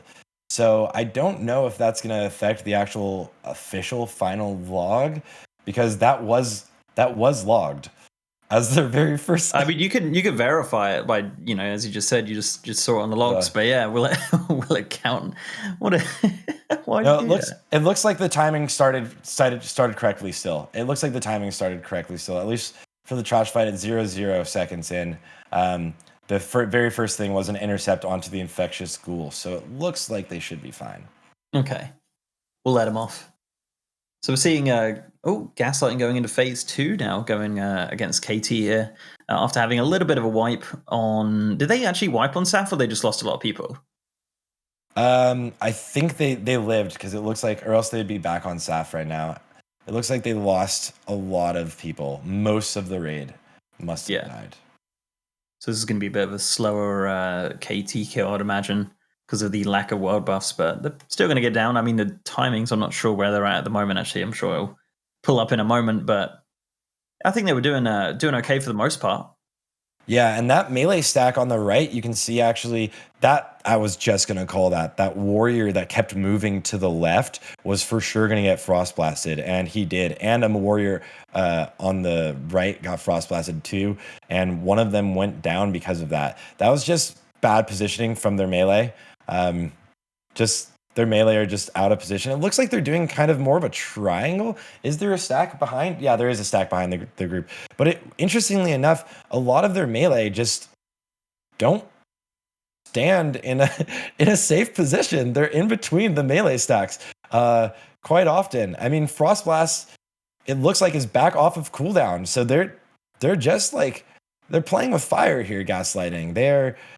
They could have easily gotten frost blasted and gotten both melee groups right there if the person in the middle just got hit by that. So it is a little bit of a scarier pull that they're playing here. Living on the edge. Yeah, it's really from one of the top guilds. It's scary to see that's being used. Just like that rogue or warrior just changed positions while Frostblast was off CD. At least it looks like from the from DBM timer. So it's kind of the cardinal rule. Just don't do that. Always kind of look out for Frostblast timer. If it's off cooldown, you don't want to be moving in between these groups because you can die. But there is a little known rumor that if you are running in between these groups, that King's Fall will drop if you chain everybody. So it is a good potential, and maybe try it out for you guys, but not in a speed run. Just try it on your normal runs. Yeah. It looks like he is going down here nice and fairly quickly. Not too bad at all. Not too sure of the final timings, though. Should be... There you go. There we go. At least a clean kill. We didn't see a wipe on Kel'thuzad, and they actually pulled off that Saf, even though it was very rough for them. So, good job. Oh, and it looks like LR might be struggling here on Four Horsemen. Zalek is running in. That's a wipe. That's for sure a wipe. Zalek is out of position. Blumau was out of position. Mograine out of position. There's no safe zone. They could recover, actually. They could recover. This one tank with 9 stacks right now. McStrunk with 8 stacks. This is actually terribly frightening. They could recover. But 1, 2, 3, 4, 5, 6 healers alive. 6 healers alive. This is going to be a really long fight. Or they could just call the wipe and restart it. This is a scary fight for sure. So this would be their second. This would be their second wipe, right? If they do wipe here, yeah. This would be their second wipe, and there is a death to Zaliek. It feels bad. Now Zaliek is out of position. I don't see a DBM timer for his actual casts, so. Can't tell if he was gonna actually Holy Wrath there. But LR going down, unfortunate. You hate to see it.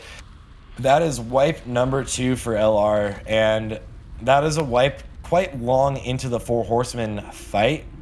So that is just gonna add so much time here. They're just now they're pretty much they definitely were out of the race once they died for once they died before, but we'll see what their final time is. Yeah, I think this is their penultimate boss, right, before they go into Frostworm Wing. Yes. Yeah. Next up will be Saffron for them. So they did choose to go Four Horsemen last, which is generally the safer play than going into Thaddeus or Lotheb into Saffron. It is generally a safer play, but losing all of those people on Gothic, sometimes you do just want to have those world buffs for Gothic because the Gothic pull can actually be a little bit stressful. The hardest part of it is coordinating the hunter pulling with actually what is alive in Gothic's actual room. If you have too many trainees alive or horses, spectral horses as well alive, a lot of people can take quite a bit of damage. So that coordination between the hunter and the raid leader is absolutely vital for the Gothic pull. There's actually some times on that pull where you'll see the hunter just standing there not doing anything or waiting to pull just because it's not a good time. Right. So they're gonna run back to the boss now. They didn't even have anyone res or any literally no one survived that at all, unfortunately. So yeah, they're gonna have to run all the way back. They not have speed items or anything like that that blast them there or. Ideally, they would all be using speed items, but people died at different times. Ideally, they would all be using speed items here, but unfortunately, it looks like they're all slowed. If I was a warrior, every warrior could use charge on all of the little rats or critters around. Just make sure you don't melee them afterwards. It would save a tiny bit of time in transit. It's like a nice little cheeky thing you can do to get while you're getting your Dire Maul buffs. Mm-hmm. And there's always that one warrior in your group that decides to use intercept or actually melee the mobs and just kill all of the little critters just so it ruins it for everyone else.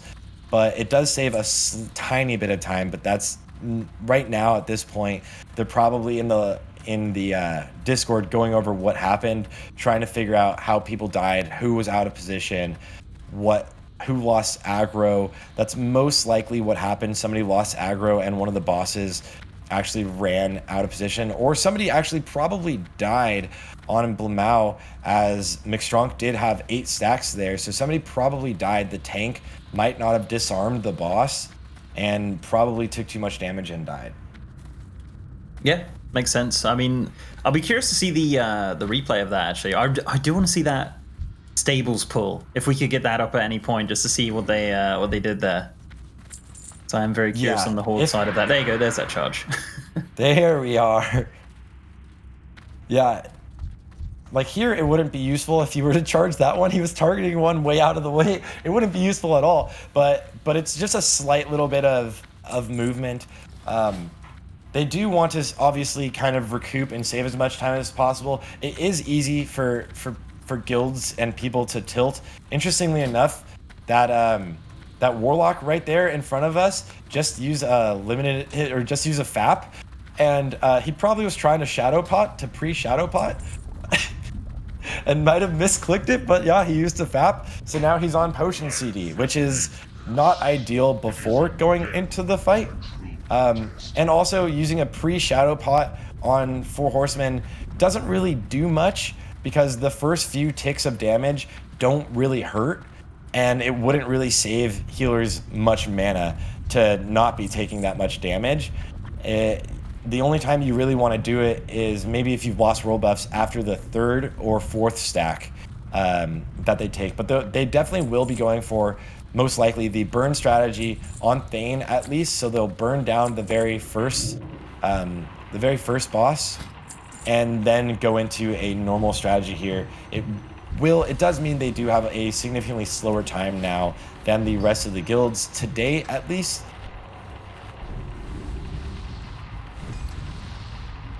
But it looks like we actually won't have time to just watch the rest of the finish. We will go back into the studio.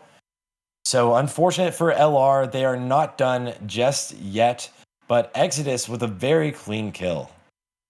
Yeah, I mean, hey, listen, guys, overall, a pretty solid round 1 to start off the day. Some shortcomings for some of the guilds, but also, as we saw, some pretty epic runs where some strategies were deployed and executed the way that they were supposed to. So, guys, overall, general thoughts. I mean, Mr. GM, your big takeaway from watching these 3 guilds progress through their runs so far this morning here in round number 1. Seeing the Exodus run was really cool. Like, them not having many deaths, getting their new personal best. Like, it was kind of like a picture perfect run, right? And that was one of the first ones we've seen in this tournament so far. We've seen a few, minor mistakes, obviously, with some of these guilds. But yeah, that one was quite a showing. That was really cool, and it was nice to see like one of those sub 1 hour runs that we've heard so much about. Yeah, I mean, it certainly was. Sarth, I got to ask you, you talked about how clean the Exodus run. We just heard how Mr. GM thought it was clean as well. where do they improve? It seemed like the RNG on KT might have been an issue, but where do they shave off a few of those extra minutes to try to compete for world first?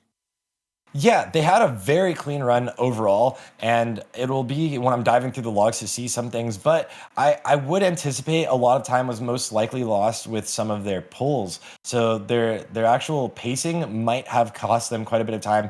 That patchwork pathing that we saw was very unfortunate for them, and they actually waited there. That was probably like 20 plus seconds, which is huge if you're going down into these speed runs. So not having anyone die on SAF was really useful for them, but it might have come down to either their pacing or potentially their actual output of DPS. Losing those warriors early did hurt, but it could have been just their output of DPS that held them back. Rise does have one of the most solid warrior cores in the world, and we're definitely going to see some of the most solid warrior cores in the world in the bouts later today for sure. Salad Bakers, I think almost every time consistently has had the highest overall raid DPS out of any guild in the world. So that's something that can really shave off some time. So if your warriors aren't doing over 1,000 DPS and you don't have like 10 warriors doing over 1,000 DPS in the overall category of boss and trash, then that's where we're really seeing kind of a loss in time. One thing we didn't see though was as much of the hunter pulling and the pacing. So I can't really say how much of time they might have lost there. But again, congrats to them on beating their world record or their current record. Yeah, absolutely. Big congrats to them as well as the other two guilds that are here competing. Let's take a look, though, at the remainder of the day. Again, we're only a third of the way through it. We've got a lot of Naxxramas action still left on the schedule. After we finish up with round 3 here, we've got the breakdown happening right now. We will take a quick break after that is all completed, after we've done some interviews with some of the guilds that just ran, and then round 4 will pick back up. Another breakdown, little post-game summary, and then another break before we transition into this evening for the North American side of things. So still a very exciting bit of Naxxramas left here on this lovely, lovely day for Raid Masters Naxxramas, brought to you by G-Loot, HyperX, and Warcraft Logs. Again, guys, if you've not done so already, make sure to head on over to the Twitter for Raid Masters. That's going to be twitter.com/RaidMastersGG. That follow button, get notified on when everything is happening with this tournament and possibly future tournaments as well. Also, head on over to the Twitch. You're already there right now. Click that follow button so that you don't miss any of the broadcasts for the remainder of the day. And then again, in about a week and a half, when we do the second attempt runs for these guilds.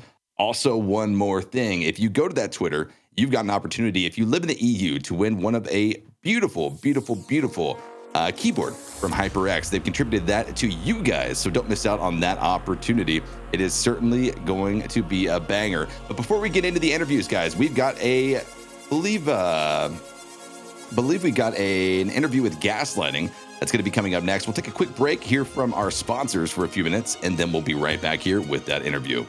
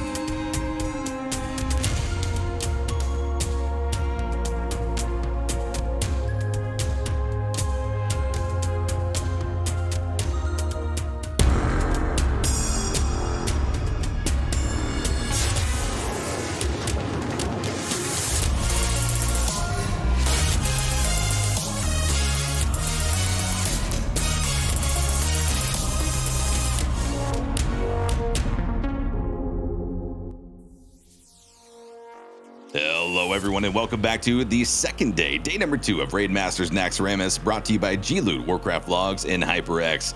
My name's Esquire, accompanied on the desk by these lovely gentlemen, Sarth and Mr. GM. Guys, an incredible first round of the day, at least, round number 3 of the tournament. I think that our expectations are starting to be met and might even be exceeded before the day is done. But we've got 2 exciting interviews coming up. We thought 1, but no 2 exciting interviews. One from Gaslighting, Olivaceta, as well as one from Exodus. It's going to be Exus. So it should be certainly a good insight, a good little look into these squads as we continue forward. But let's take a quick look at our leaderboard and see just how some of these guilds are faring in their speedruns. Get a quick glimpse as well at some of the other guilds that are going to be running today. As you see, Exodus guys, they were able to post the #1 run so far through round number 3 of the tournament, beating out Rise by 7 seconds. I mean, Mr. GM, pretty incredible. It was, absolutely amazing, right? Obviously, like, the guys do, like, everyone gets 2 attempts at this, at the speed run. So, having, this is their first run. So potentially Rise could do a second run, which would be better, which would put them on top. But an absolutely incredible start for the folks over at Exodus for sure. They smashed that one, and it was such a great, as I said before, just such a great thing to watch. Speaking about making starts, there are going to be 5 guilds coming in hot here in round number 2 to try to stake their claim to #1 on the leaderboards. Those 5 guilds are going to be none of the above: Goosey, Senseless, Tribe, and Salad Bakers.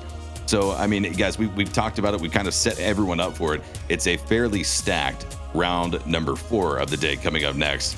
But I have word that our interview is ready. It's going to be Olivesta, excuse me, from Gaslighting joining us here. Olivesta, thank you very much for joining us for an interview, and good run.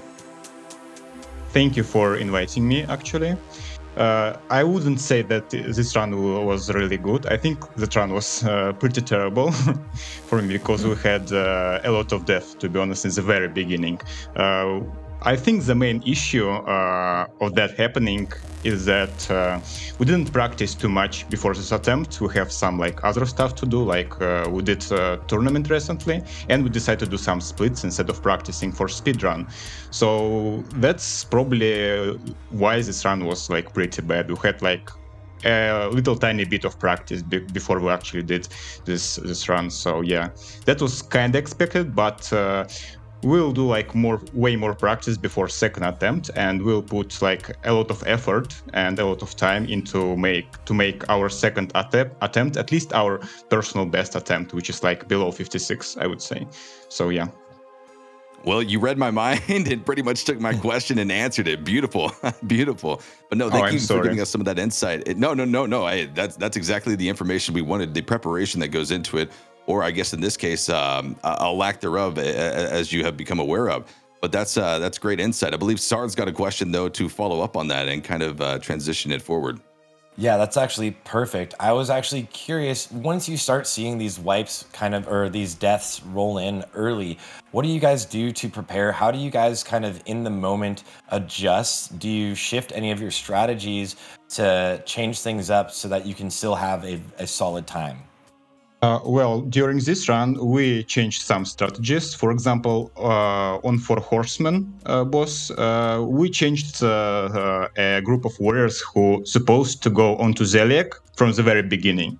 Usually, if we have a stack trade with minimum death, we usually send some warriors and the priest onto Zeliek to so they could zerk him from a start to hit early shield wall on him. But instead, right now, we swapped that, and we put that warriors back onto those 2 on Kartas and onto Morgraine, just to kill it faster and kill it more safe. Also, we changed a little bit our positioning on Gothic, and that's probably it. Yeah, I think awesome. All the best. Oh yeah. Mm-hmm. Sorry, go ahead. No, please go ahead. And I think we did some minor changes in terms of cooldowns and stuff. So yeah, that's pretty much it. Excellent. Well, Olivesta, thank you very much for that interview. Good luck to you and your guild Gaslighting as you go into your second run in about a week time or so. Thank you very much, guys. Thank you. All right, so there you heard it right from Gaslighting themselves. Obviously not happy with the run that they were able to put forth here today, but that's the beauty of the tournament, my guys. We've got 2 attempts, okay? Not 1, but 2 attempts. You can kind of shore things up and roll into it. I mean, Mr. GM, what are your takeaways from that interview? I mean, do you think he was being a little bit harsh on themselves? Are there positives that they can pull from these runs? He was pretty honest about it. He said that, they didn't get too much practice in going into it, which is, a fault of theirs, as he mentioned. So, yeah, I guess with these things, it's such a well-oiled machine that you do need that practice when going into these speed runs if you really want to get it, perfect on the night as such. So, yeah, it is what it is. But I liked his honesty. And I think they probably know exactly what they need to do for the next run to get a better time. Yeah, certainly. It sounded like he had a list of things he was kind of going down and checking off as he was talking to us a bit. Sar, when we were talking to Olivesta, he briefly spoke about running splits, running PTR. Can you maybe shine a little light on the split side of it? We've heard about PTR practice. I mean, that's pretty straightforward. But what are these maybe what are these splits that some people might not know about? Yeah, so split raids are basically where you have everyone who's in the main raid has an alt character. It's a requirement for most of the top guilds that you have an alt character that you will raid on when it's not a DMF or speedrun circus, speedrun week, so that you will raid in there with half of the raid being alts, half of the raid being mains, and basically all of the gear is funneled towards the mains. So that when you do come together in all of your big raid, then you can pretty much just have everybody as geared as possible. But it does mean you do miss out on some practice. One, you're usually not doing all of the same strategies, like the speedrun strategies, like the crazy pulls during this. You're more so focused on doing that on the PTR, but that actually went down yesterday. And then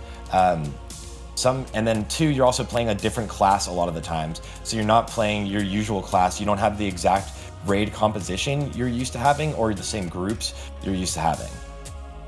Yeah, I mean, it certainly is an interesting dynamic that I don't think a lot of people have been introduced to. Maybe you've heard about it, maybe you haven't, but you certainly know about it now. Mr. GM, I'll go over to you here.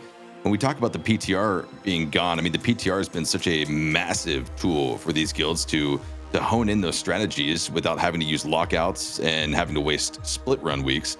What are these guys? What are these guilds going to do moving forward? How are they going to be able to kind of establish these good practice routines without the use of the PTR? I have no idea. It's I mean, the PTR is only down for now. They could have just taken it down just for I don't know. Maybe Blizzard are listening. Maybe they were like, oh, look, these guys are using it for this reason potentially. But it could mean a couple things. It could mean potentially that they've done testing with the PTR stuff. They might move the patch over to the live servers. That'll be a bit of a spanner in the works for our event if they were to push it, say, next Tuesday. If they were to push the batching change next Tuesday, that'd definitely be pretty interesting to see the differences in some of these second runs. But yeah, I mean, if it does go down for a long time, it does definitely affect them quite a lot. And it's probably one of those things that maybe at the time they didn't appreciate how much of a great tool it was, and maybe they didn't use it as much as they probably should have. It's you don't realize how much you miss something till it's gone, I suppose. Yeah, I mean, I guess that's certainly right. So we're still prepping up for the interview with Exu from Exodus. Guys, maybe we can transition gears and begin to talk a little bit about that Exodus run. They had a stellar run. It was the best run so far of the tournament. But Sar, I mean, are these guys going to be happy with that run time? Their personal best, the best of the tournament. Are they content? What do they do from here? I think they're going to be pretty happy with the runtime. It is 2 minutes faster than any run they've done before. It's currently number 1 in the tournament. There was only 3 deaths before Kel'thuzad, which really hints at all of the time they lost was all on them just playing it safe and moving a little bit slower than the trying to push for a world record, but they pushed for just a good, clean run. Kel'thuzad was unlucky for them. They did have 7 deaths there that brought them up to 10, but that was just a lot of bad RNG and a little bit of sloppy play, but really more so bad RNG for them. So it was a good run. I think they're going to be happy. We're going to see what happens with this interview. Well, Exu is ready from Exodus. Let's go ahead and bring him on in here and get into the details as to what happened in that run. Exu, thank you for joining us. Congratulations on your run. First place in the tournament so far. Yeah, thank you. It was a nice run. Not the cleanest one, but a solid one. Sure. So to bounce off of that, a solid run, but not the cleanest. How do you clean it up from here? Because if you do clean it up, presumably you're going to be getting an even better time the next attempt. I mean, the Death Knight porter pool, when two of our melees got feared into the packs, added at least a minute because we made a call to use separate charges, and we couldn't, and we weren't allowed in the stables to kill all the horses at the same time. So it all added up, and we also lost two melees there. They were the only melees that died before the Kel'thuzad. So yeah, and I think we had a random death on the Firelina pack, and then one guy fell off from the pipe, so it's another death. Unfortunate one, but fine. He already had lost his buffs, so. Well, there you go. He had already lost his buffs. I mean, so, are you pretty happy with the run overall, though? I mean, you guys got a new best, which is, you know, pretty great. And yeah, it's nice to get a new best, but I personally hoped for like 53 something, and we could have definitely achieved it without the fear pool in the Death Knight quarters. Yeah, I hope the next run will be better. Unfortunately, the PTR is not working. I think that our next run is like at 22nd of March, and we really hoped, you know, to have like 4 or 5 PTRs between the runs, and now they did shut down. Well, that's unfortunate for us. We'll see what we can do with that. Yeah, certainly. Axu, once again, congratulations, and thank you for coming in here to give us that interview. Good luck to your guild Exodus as you move forward through this tournament on your second attempt. Yeah, thanks to you too as well. Bye. So there you heard it from two of our guilds who just competed in round number 3 of the tournament, round number 1 of the day. Some good insight, but overall, we're getting the feeling that these guilds are still hungry to shave off a few minutes, maybe even a little bit more, off of their current times. Guys, it's time, okay? Listen, a lot of you have been asking for this segment, and it's ready for you. Sard's Deep Dive, where we go through the logs, is ready. All right, well, the first things that I have a comparison log brought up between the two Russian guilds here, where we can see the real difference in DPS and how they actually differentiated mainly from each other, but also from some of the fastest runs in the world. And like I was mentioning earlier during the raid, really you want to see like 10 warriors above 1000 DPS. This is pretty solid, very, very solid, and they put up very good numbers, especially these two rogues up here, even with the exposed armor rogue. But you can actually see that the warriors that died early are again doing a lot less DPS than, or overall damage than everybody else. And then in the run with more wipes, all the way down here, this really costs a lot of the time, all of the damage taken, and then all of the deaths. This is really where all of the time was lost. A lot of it was on KT, but just to lose people early is really going to cost you everything. And then one thing I really want to point out is Exodus is the first one we've seen in this breakdown so far, or in the competition, that did 2 tanks on Patchwork. So they only used 2 tanks on Patchwork. One is soaking the Hateful Strike, one is soaking the melees. And you can see over here that 80% of the damage was mitigated and 75% of the damage was mitigated. So pretty much they are taking a lot less damage than they need to, or as little damage as possible. And then the heals are doing a lot of overhealing, just pretty much always overhealing on this fight as much as they can. I know a lot of people want me to break down the Sunders, but we will do that after this next breakdown of these next speedruns. So they're going to ask you, with the 2-tank strategy, what is a guild hoping to achieve with that 2-tank strategy, and how effective can it be if they pull it off like we saw here? The best part about the 2-tank strategy really is your other 2 warriors are still DPSing. So now you have more DPS in the fight. The warriors themselves would technically be doing damage still, but they're not nearly doing as much. Now they're both dual wielding and DPSing instead of having to have potentially a shield on, of course, a greater stone shield consumable as well. So that's the biggest advantage and it can cut the time down of this fight significantly. An excellent deep dive, Sar. Thank you very much. We've got 2 more of those deep dives coming up throughout the rest of the day for our second round of EU of the day, and then North America later on. But speaking of deep dives, let's deep dive ourselves into the replays from round number 1. Pretty exciting runs here, guys. Yeah, I really enjoyed this, the gaslighting one. I thought it was quite good.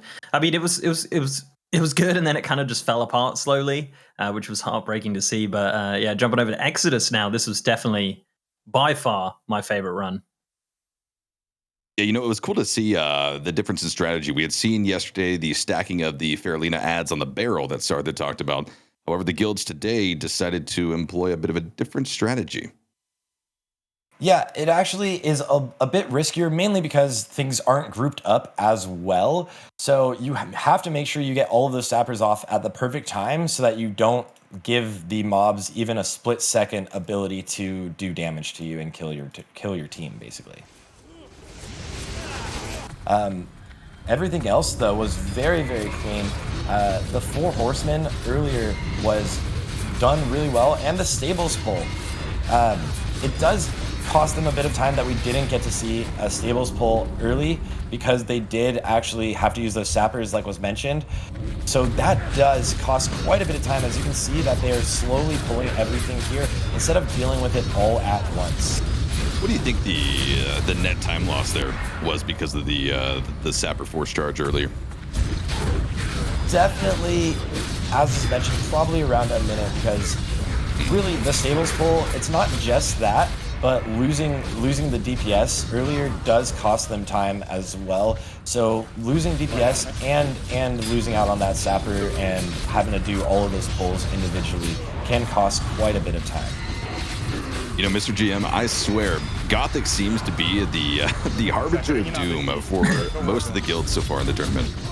Yeah, I mean, in the retail scene, they call it the wall, right? It's like the wall of the raid that's just going to stop everybody. And this definitely seems like it. It definitely does. I mean, we saw a wipe yesterday with Praxis, and now we saw a wipe, obviously, with LR as well.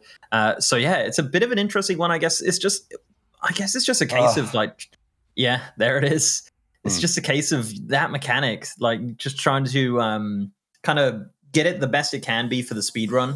It just seems like a risky maneuver, but it is, I think, apart from KT, the longest fight of a speedrun, right?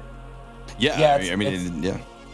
Sorry, it's the biggest time loss to not do anything there, to just sit there. It is really phase 1 of Gothic, just like KT. It's just a static time where you pretty much can't really do much for speedruns, and that's why it is nice that they figured out getting through the gate. Although it is risky, like we saw, and especially if the one person dies, if you're doing the strategy where everyone's playing on the undead side, if the person on the live side does go down, there's not much you can do. As we just saw there, the whole gate's open. They almost made it all the way to the end, actually. They made it to phase 2, and then the shaman died too, which just feels bad. So some guilds are choosing, not to use this strategy on Gothic. I mean, what would your recommendation be if a guild came to you and say, "Hey, we're running today. Do we do the Gothic strat or do we not do it?" What do you tell them? I would say always go for it. Go big or go home. It's the most entertaining. Okay, well, there it is. Go big or go home. I believe we've got some leaderboards to look at as we transition into round number 4 of the day coming up here in just a few minutes. Also, some great interviews as well. But with our leaderboards populating right now, you can see just how those times have shaped up here. No surprises, guys. Exodus going to be riding high on that first place with 55 minutes and 10 seconds, a short 7 seconds ahead of Rise. Turbo Bus as well, going to be sitting in 3rd place, an hour and 15. I mean, there's quite a gap here, Mr. GM, between that 2nd and 3rd place. A lot of room for some of these guilds that haven't run yet to kind of slot themselves in or even above. Yeah, I mean, there's only 2 guilds that have obviously done a sub 1 hour run here, and then the ones that are above an hour, you've got 15 and then 39. So yeah, there's going to be a lot of people slotting in there. So unfortunately, Turbo Bus are 3rd right now, but I don't think they're going to stay in 3rd for very long. No, they will likely not stay around for long at all. But ladies and gentlemen, it is time to start transitioning into round number 4 of the Raid Masters Naxxramas, brought to you by G-Loot, Warcraft Logs, and HyperX Tournament. And that is going to be starting off with some lovely interviews. First off, we're going to have Mellows from Salad Bakers. Hi, so my name is Alex. I'm 28 years old and I'm from Norway. I play the character Melos, a priest in the guild Salad Bakers on the server Gehennas. So I played Classic back in 2014 on the private server Nostalrius, which was quite a while ago. Then I had a few breaks, I've been on and off, and then I heard Classic was releasing, so I was like, yeah, I could give this a shot. I'll join a chill guild. I don't want to play too much. And then I started playing. I got hooked, and I realized I can't play this casually. I want to go hard, and that's why I applied to Salad Bakers, and I never looked back. So my girlfriend isn't too happy about it, but yeah. Salad Bakers is quite a large guild. We're running 2 raids, so our roster is around 80 to 100 people that we have to manage. But our speedrun roster is 40 people, because that is the raid size in WoW. So we have around 40 competitive players, and staying motivated. The most fun thing is when you can bring everyone together and work towards the goal. Like, we've been talking about strategy, we've been trying to do a bunch of different polls, like how can we improve this, how can we go faster, and when everything clicks and it just go boom, boom, boom. That's the best feeling, when you just go gas, gas, gas. That's probably one of the reasons I play this game as well, because the community. You can play like a single player game and it's fun for a while, but if you do it as a community, like this game, you stay, the friendships you make along the way is what makes it fun. So I've actually met people from this guild in real life who's from the same country and you have the same interests. It's quite fun. But yeah, the community is probably the biggest thing. If we have a clean run, which is probably one of the hardest things, I don't believe there's any guild that can beat us. But it's really hard having a clean run because you have 40 players. It's a lot of moving things. One person DCs, one person lags, one person makes a mistake at the wrong moment. The whole run can fall apart, right? So right now, I think we're about 10 seconds behind the guilders number 1. They had 0 deaths and we had around 10 to 15 deaths. So if we have a clean run, I believe we'll easily take it, yes. Okay, lastly, I'd like to give a shout out to the entire speedrun roster in Salad Bakery. Just remember one thing: gas, gas, gas. A stellar interview coming in from Melos of Salad Bakers. Some of you might already know him, and some of you certainly might know his guild that will be taking place in their first speedrun of the tournament coming up here in round number 4. I mean, guys, listen, my big takeaway from that interview, Sarth, Mr. GM, gas, gas, gas. Sorry, I mean, there's a lot of truth to that statement there. Tell us about it. It's a meme in the speedrun community, but Lottie, the guild leader and main tank for Salad Bakers, loves his Eurobeat, as we all do. And there's this song that just is pretty much the song that goes on every time whenever they're doing a speedrun. And really, it's very true. You just don't pump the brakes at all. You just go all in, go as fast as you can. And that's what Salad Bakers pretty much always does. And a lot of the times it works out for them. Some of the times it definitely does not work out for them. So that's what Melos was talking about. If they have a clean run, which they have yet to have, they will beat the world record, guaranteed. But especially without the PTR here, they can't practice. They're used to practicing. All of these guilds are used to practicing before their speed runs. So we'll see how it goes for them today if they can manage to live. Mr. GM, I mean, gas, gas, gas, but then also perfection. How do you meld those two together like Melos was talking about? Lots of practice, I think, is the way to do that for sure, right? I mentioned it before, but I think with something like that, it's, practice makes perfect. There is obviously elements of RNG in a speedrun, of course, right? But you just have to kind of know how to handle them, and I guess that's what it is, I suppose. Exactly right. Let's go ahead and take another deep dive look into one of our raiders coming out from another guild participating here in round number 4. It is going to be none of the above, the player Blood Will. So my name is William. I play Holy Paladin in None of the Above. I am the raid leader. I am a part of the leadership, and that's me. I am a PhD in robotics and AI, so I make mobile robots smarter. I try to ensure that our society is going to be filled up with robots that are doing cool things. So basically, I played this game since I was 16 years old, and I've been competitive my whole life. I played semi-pro football. I was competitive in school. I've just been competitive, and I'm very social. I'm very open. I like to have fun with friends, and WoW is the best place to create a community where you make yourself happy, you get competition, and you make other people happy. It's the best platform in the world to do something like this. In our guild, we basically have a PvE team, and this PvE team is responsible for developing tactics, researching, simply just making sure we are on top of everything. And then we write out messages to our raiders. We have a channel on Discord where we allow everybody to be part of and discuss raid-relevant strategies. And then we use this, and we have discussions on a daily basis. Communication can be rough sometimes, especially when some people are too eager to speak. You cannot be 40 chefs. You need to have some people that are serving the food. You need to have some people that are welcoming the guests. You need to have some people that are cleaning. You need to have, you need to fill every role to run something like this. And when you have 40 guys on a Discord, it can go wrong very quickly. So you need to be able to keep a leash on people. But personally, I don't mind people calling things out on Discord. Very often, I just see it as people want to participate. People have, something important to say. And if they don't say something that is smart, they're just told to be quiet next time. That's how it functions. We're not doing this for money. Never. We don't play this game. Our guild is not, like none of the above, is not built upon huge egos that are streaming. We're basically built upon camaraderie and people that want the same thing. We want to be the best in this game. We love this game, and we are on a journey together. I think most of us wouldn't play this game if we were not playing in this guild that we have created now. It's all about winning.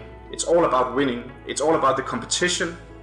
And joining this tournament is a way to, like, you guys are creating a platform for speedruns to be legit, and we need to be part of this. We don't care about the money. The money is going to be used for a party in my backyard. We're going to invite every player in the guild, 76 mains there for a big party. It's not about money. I really feel pleasure in providing a good platform for people to be together with other people in, especially during COVID. I think this has been important for many people. Well, Bloodwell, I gotta say that was such a wholesome interview. But one of the constants in between Melaz's interview and Bloodwell's interview is that they both play the game for that social aspect. I mean, the MMO aspect of World of Warcraft is what makes it so great. I mean, Mr. Jim, what are your thoughts on this when you hear these two players talk so passionately about that? It's awesome. It is awesome to kind of get the insight into some of these guilds, for sure, right? So we you see the names, you see that there's 40 people in that guild. It's crazy, right? It's a real community aspect when they're spending all this time together, trying to just be a well-oiled machine together, and it makes people close. Having that sort of bond in a guild. So yeah, it's cool to see like the actual faces behind the names and a little bit of their personality and stuff. I think that's what this, what's so good about this event is to kind of showcase that. Yeah, I mean, certainly, maybe Sarth, can you shed a little bit of light on this guild, on maybe who they are or what they're all about, and none of the above? None of the above actually had the world fastest AQ in the last phase, and it was held that way because they're actually, like Melaz was saying for Salad Bakers, none of the above just had the cleanest pull. They pulled really fast, but none of the above was clean. They didn't die. They're really good at execution, and they haven't been doing that many speedruns in Naxx until last circus. So now they're hopping in, which is going to mean we're going to see a lot of really clean stuff, really good stuff here. And now we are moving in. Here we got none of the above's POV, which is really exciting. It looks like they're going into Plague Wing first, like usual. Ooh, logging out to save some buffs. Something may have happened, so logging out to save some buffs. But Bloodwell's just one of the nicest guys too, and I think everyone could see that in the interview, that he just plays this game for fun and to hang out with the guild. And for them to have performed so well, they've always performed well too. That was actually something that some people, when they got the world records for AQ, were questioning where they've been. But if you look at any of the records, especially like BWL, None of the Above was like 3rd in the world for BWL. So they've always been in the speedrun scene competitive, and they're just really good. So do you guys think we're getting invites to that party if they end up winning? I'm down. It was legal for us to travel. True, yeah, very true. No, I mean, it's great to hear that, that camaraderie that these guilds form over the course of over almost a year and a half, guys. Classic WoW vanilla, and kind of even beyond that for some of these players who have had those relationships for quite some time now. I mean, it has really been a spot for these individuals to come together as a group and then work through the adversity of the speedrunning obstacles. I mean, the raids themselves are difficult, don't get me wrong. Guilds are able to work through those raids by not doing speedruns. However, when you add that added element of these speedrun mechanics, that's when things really get tricky. But guys, hey, there it is. Round number 4 is kicking off. It is a stacked round full of none of the above goosey, senseless tribe salad bakers. Let's get into it. Sar, then Mr. GM, take it away. This is the big one. This is the big rounds. This is the big boys, and this is none of the above right here. Any takeaways from this first little look into the into none of the above here? First of all, they're locking on their healers first so that they can save everybody else's mana. That's kind of a standard thing. Potentially some mages can log in too. Mages in slower raids will actually have to log in early to make water, but in a quicker raid, you're only ever using percentage food that you already have. And then you want to log in your melee last if you have to, especially like a tank, but ideally everything at the same time, basically to get the most uptime on your world buffs. The biggest one being Warchief's Blessing and Songflower. So everyone's logged in and logged off at the right spot. They're all going to get into position. LOS on the left. Actually seeing Pancakes here means he might be doing something at the pull, or they might just be having their healers get mana up. Right. I do like his UI though. It's super clean in the middle there. Obviously using the default UI, but I do like the bars. Obviously, this is a healer POV, right? And the only druid in the raid. Yeah, and you could actually, this is something that's super unique. You could see as he goes into this macro, his macro, this is the macro they're using for the Fair Lena pull. And it's actually going to be them targeting Bloodwill. So it looks like Bloodwill, the GM, will be doing, or the raid leader will be doing the Fair Lena pull. And then the macro won't let them cast any sapper charges until Bloodwill targets his target. So that's what it's going to be. Everyone's going to target Bloodwill himself instead of using the weak aura that doesn't allow you to cast anything. And then on the left side, we have Tribe already moving into the Spider Wing. The Spider Wing pull looks to be set up. They're all going to use their Oil of Immolations and not Goblin Sapper Charges, but grenades and their Lightning Bolts. So very clean there from Tribe so far. 1 death, actually. And then on the right side, Noda, so far, it looks to be going really well as they're moving in and going to move back towards the Spider Wing.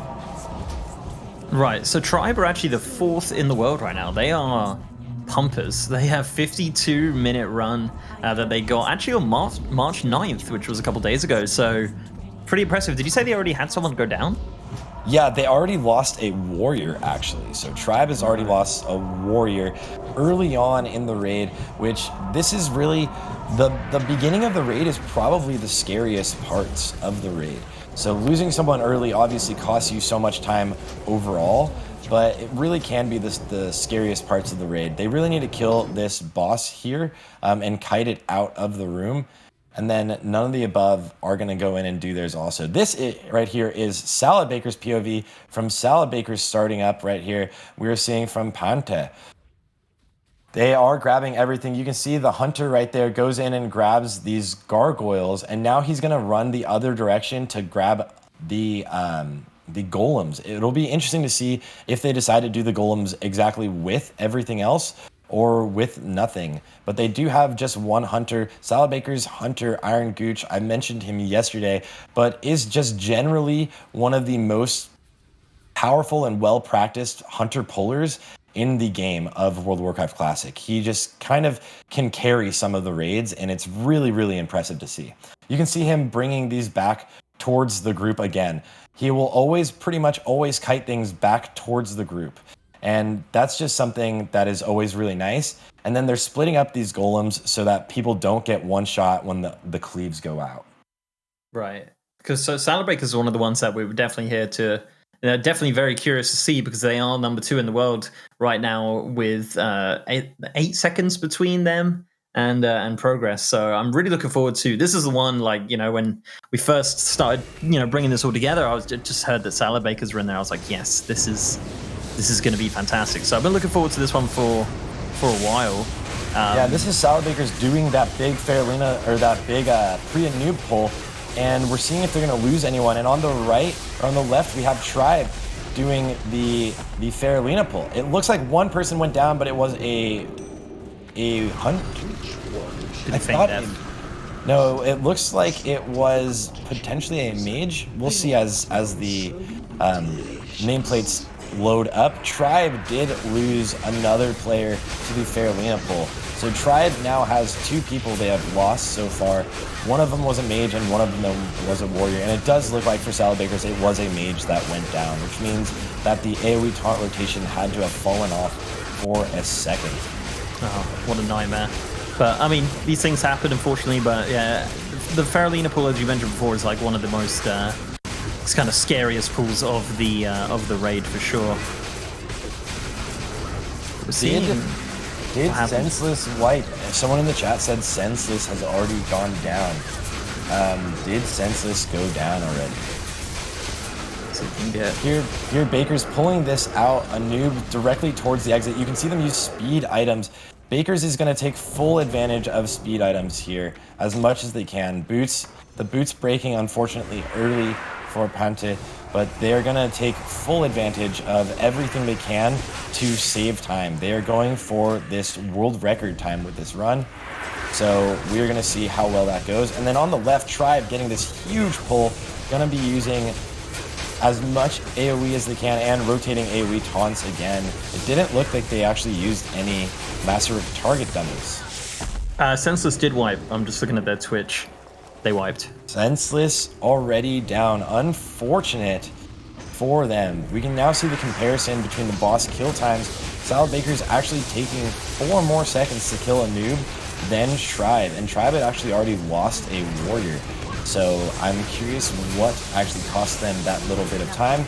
But we're going to see in a second. Salad Baker's getting ready to get ready to do the Faralina pull. It doesn't look like they're doing the Giga pull, as it is named, kind of. It looks like they're just going to do the Mega pull. The Giga pull would have them pulling those spiders also with the rest of the room. But it looks like they're being a little bit more cautious, as their earlier attempt this week actually was... It did fail here. That's where they lost it here. So here comes the pull. See if anyone dies. Oof. 1 mage down. So both of these raids have lost a mage here to the Faralina pull, probably from being slightly too close. But you did say a mage is, you know, not as in... Well, it's still important, of course, but, like, not as, like, detrimental as losing a warrior, I suppose. Yeah, not as much as losing a warrior. Ideally, though, if you did lose someone, it was probably a healer or a warlock. Losing a mage still really hurts because it helps push that ignite, and his higher crit chance helps keep the ignite rolling. So it does definitely hurt, but it isn't nearly as bad as losing a warrior. But mages on overall damage, it does also affect their mana per 5, which may make them have to be drinking more often than fighting the whole time. Avenge me. Senseless threw in the towel. They did not finish. Looks like Senseless has gone down early. That is, you hate to see it, unfortunate. They do still have the #1 in the world for Horde, so that is good. It just is unfortunate. They were going to do the stables pull too, which would have been really fun to see, but they are down there. Now we can see Grand Widow Faralina down 42 seconds. So it looks like Tribe's DPS output might potentially be higher than Salad Baker's at this current time. Tribe's actually killing the boss 6 seconds faster and killing a noob faster. Interesting, very interesting. But as we mentioned, you know, the guys over at Tribe, they're still like pretty high up in the world, right? This is going to be an extremely close contest between these two guilds. Yeah, all of these guilds are actually insanely up there. All of these guilds are absolutely capable of putting a sub 1 hour run up. They've all done sub 1 hour runs, I believe. As you can see, actually, from Fairlena, the #1 DPS there from Salabakers was Nars. Nars currently holds the record for #1 DPS on bosses and on trash in the world. And then we can see the comparison over looking at on the left on Tribe, the differences in DPS there. Tribe, more warriors at a higher DPS, but Salabakers 1 warrior at a differential. He's about 400, a little under 400 DPS higher than anyone closer to him, which is Tails. And then on Tribe's side, they have 3 warriors at 1900 DPS. 1900, wow, that's absolutely insane.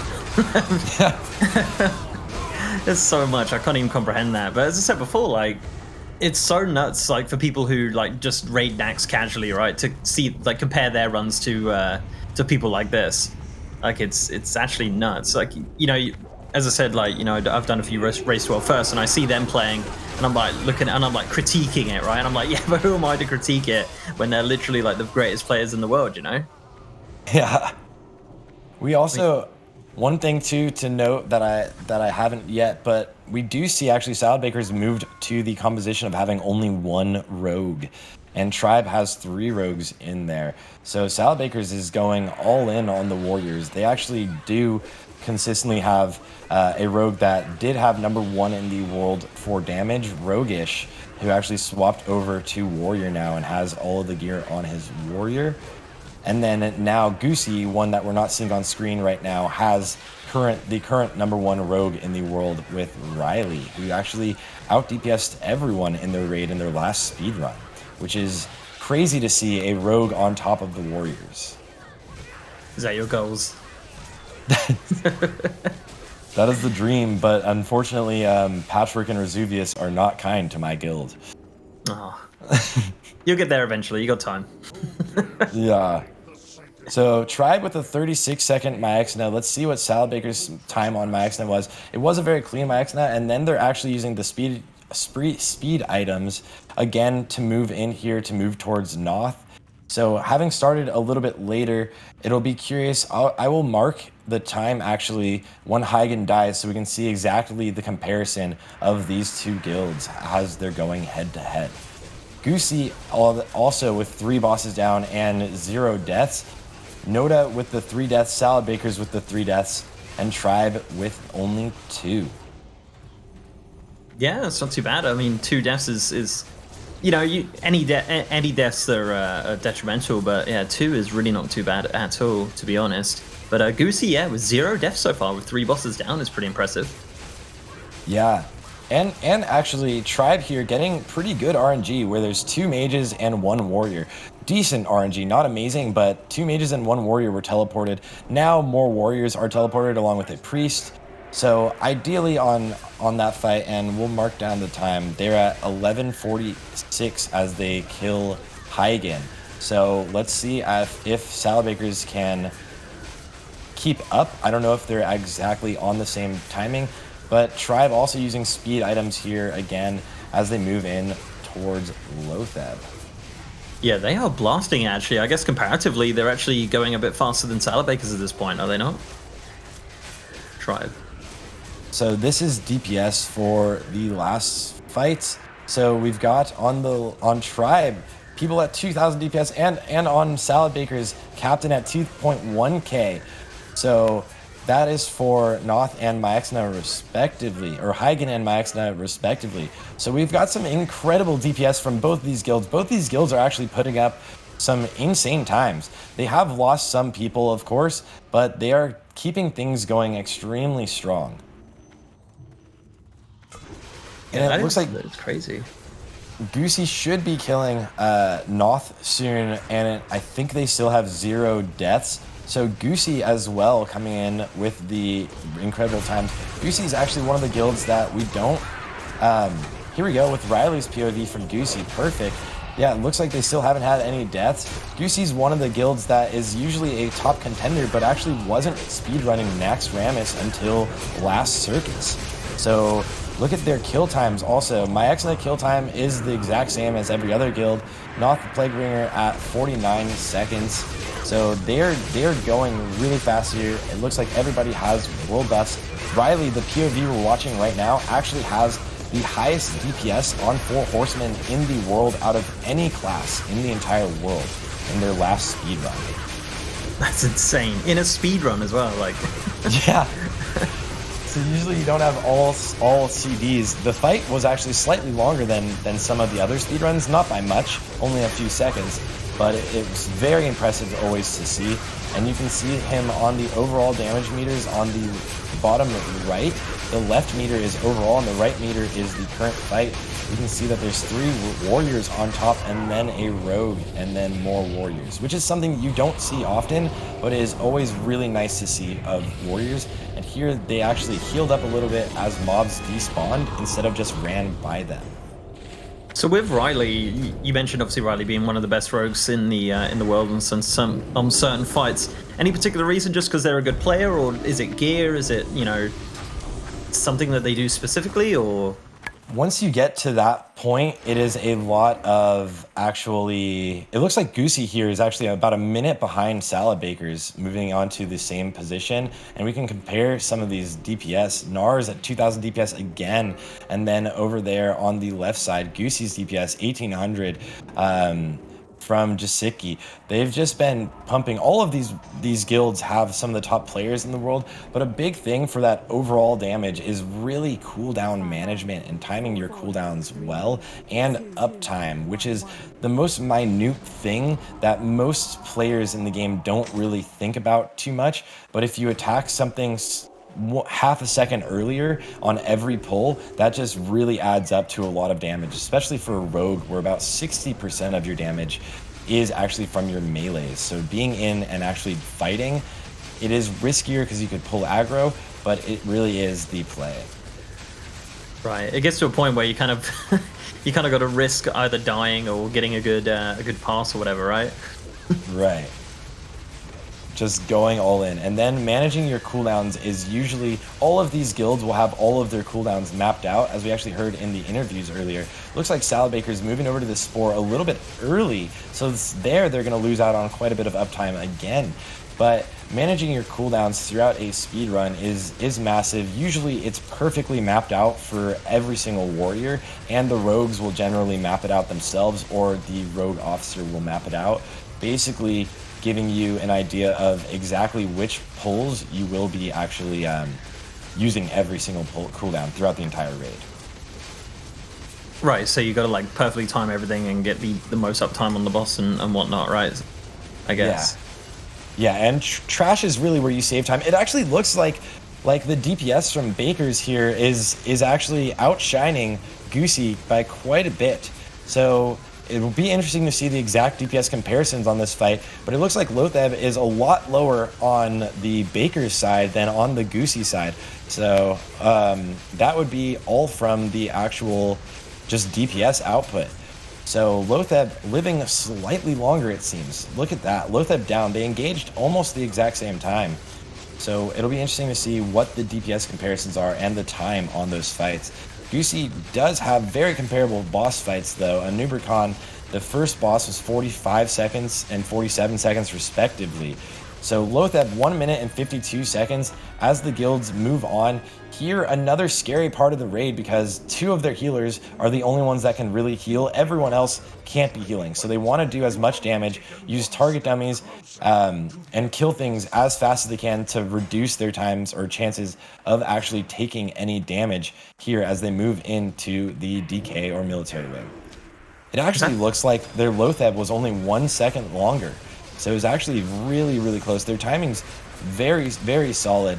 They're about 50 seconds behind Salad Bakers right now in general, but it looks like their kill times are pretty much the same. That would mean that the only real difference is pacing, especially having 0 deaths and Bakers having 3 deaths.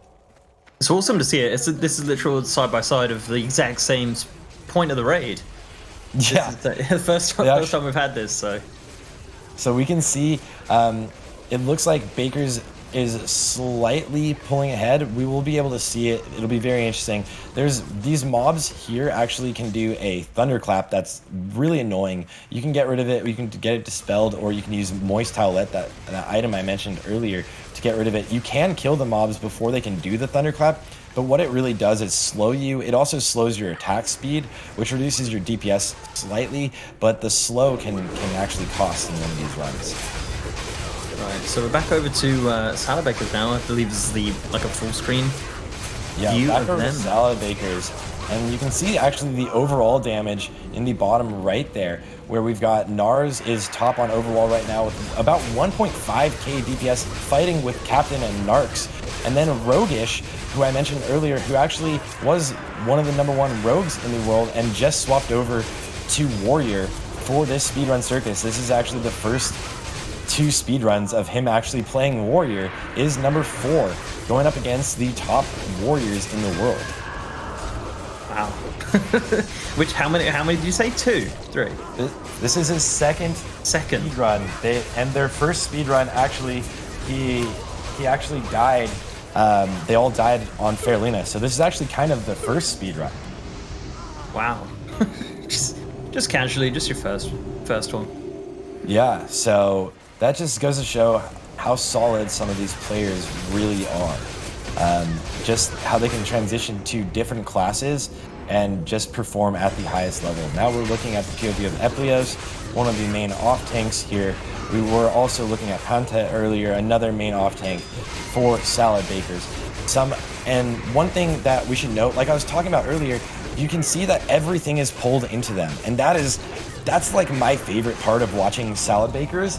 Not only is it Lottie's pacing is always incredible, but Iron Gooch, their hunter, I just can't say it enough, is always pulling so well. And Noda also has an incredible hunter puller. So now we have Noda versus Salad Bakers side by side. So how are they pulling then? Are they just kind of like sprinting in with Aspect of the Cheetah and then just like multi-shotting stuff and running back or feign deathing or anything like that? How's the like the general, I don't know, like why are hunters so good in this position? Mainly that they have the largest range also with their abilities, so they can pull off. No, it looks like that was a full clean stables pull from Salad Bakers. A clean stables. As Noda moves into Gothic.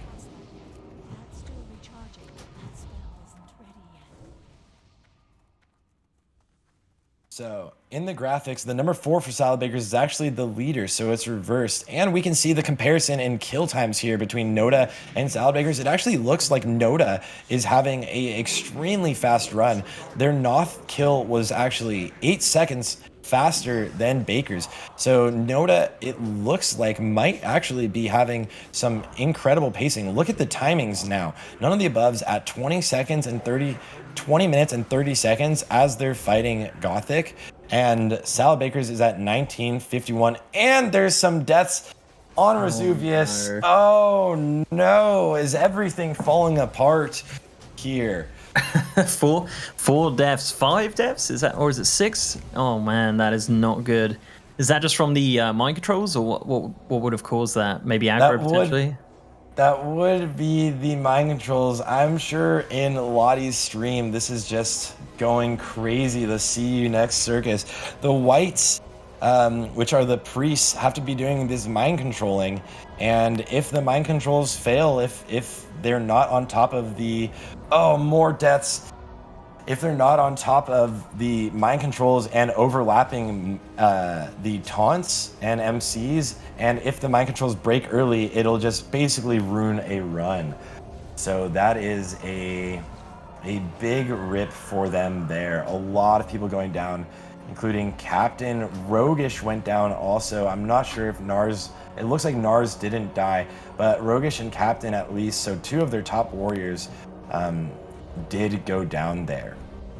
That's going to hurt them quite a bit, and they are quite a bit behind Noda. So it looks like none of the above is currently in the lead here with an incredible time.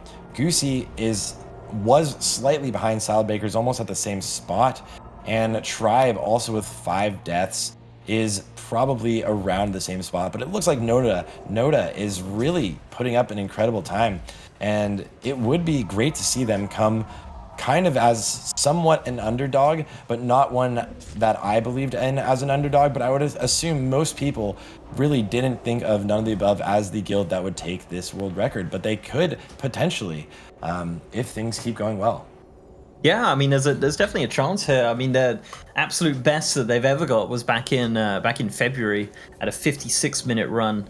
But they are 9th in the world currently out of all of the guilds. And it said like 56 minutes is about 5 minutes off the world record. So really just absolute blasters for sure. And as you said, a fantastic run from them so far as they go into Gothic, which has been a definite wall so far for a lot of the guilds here.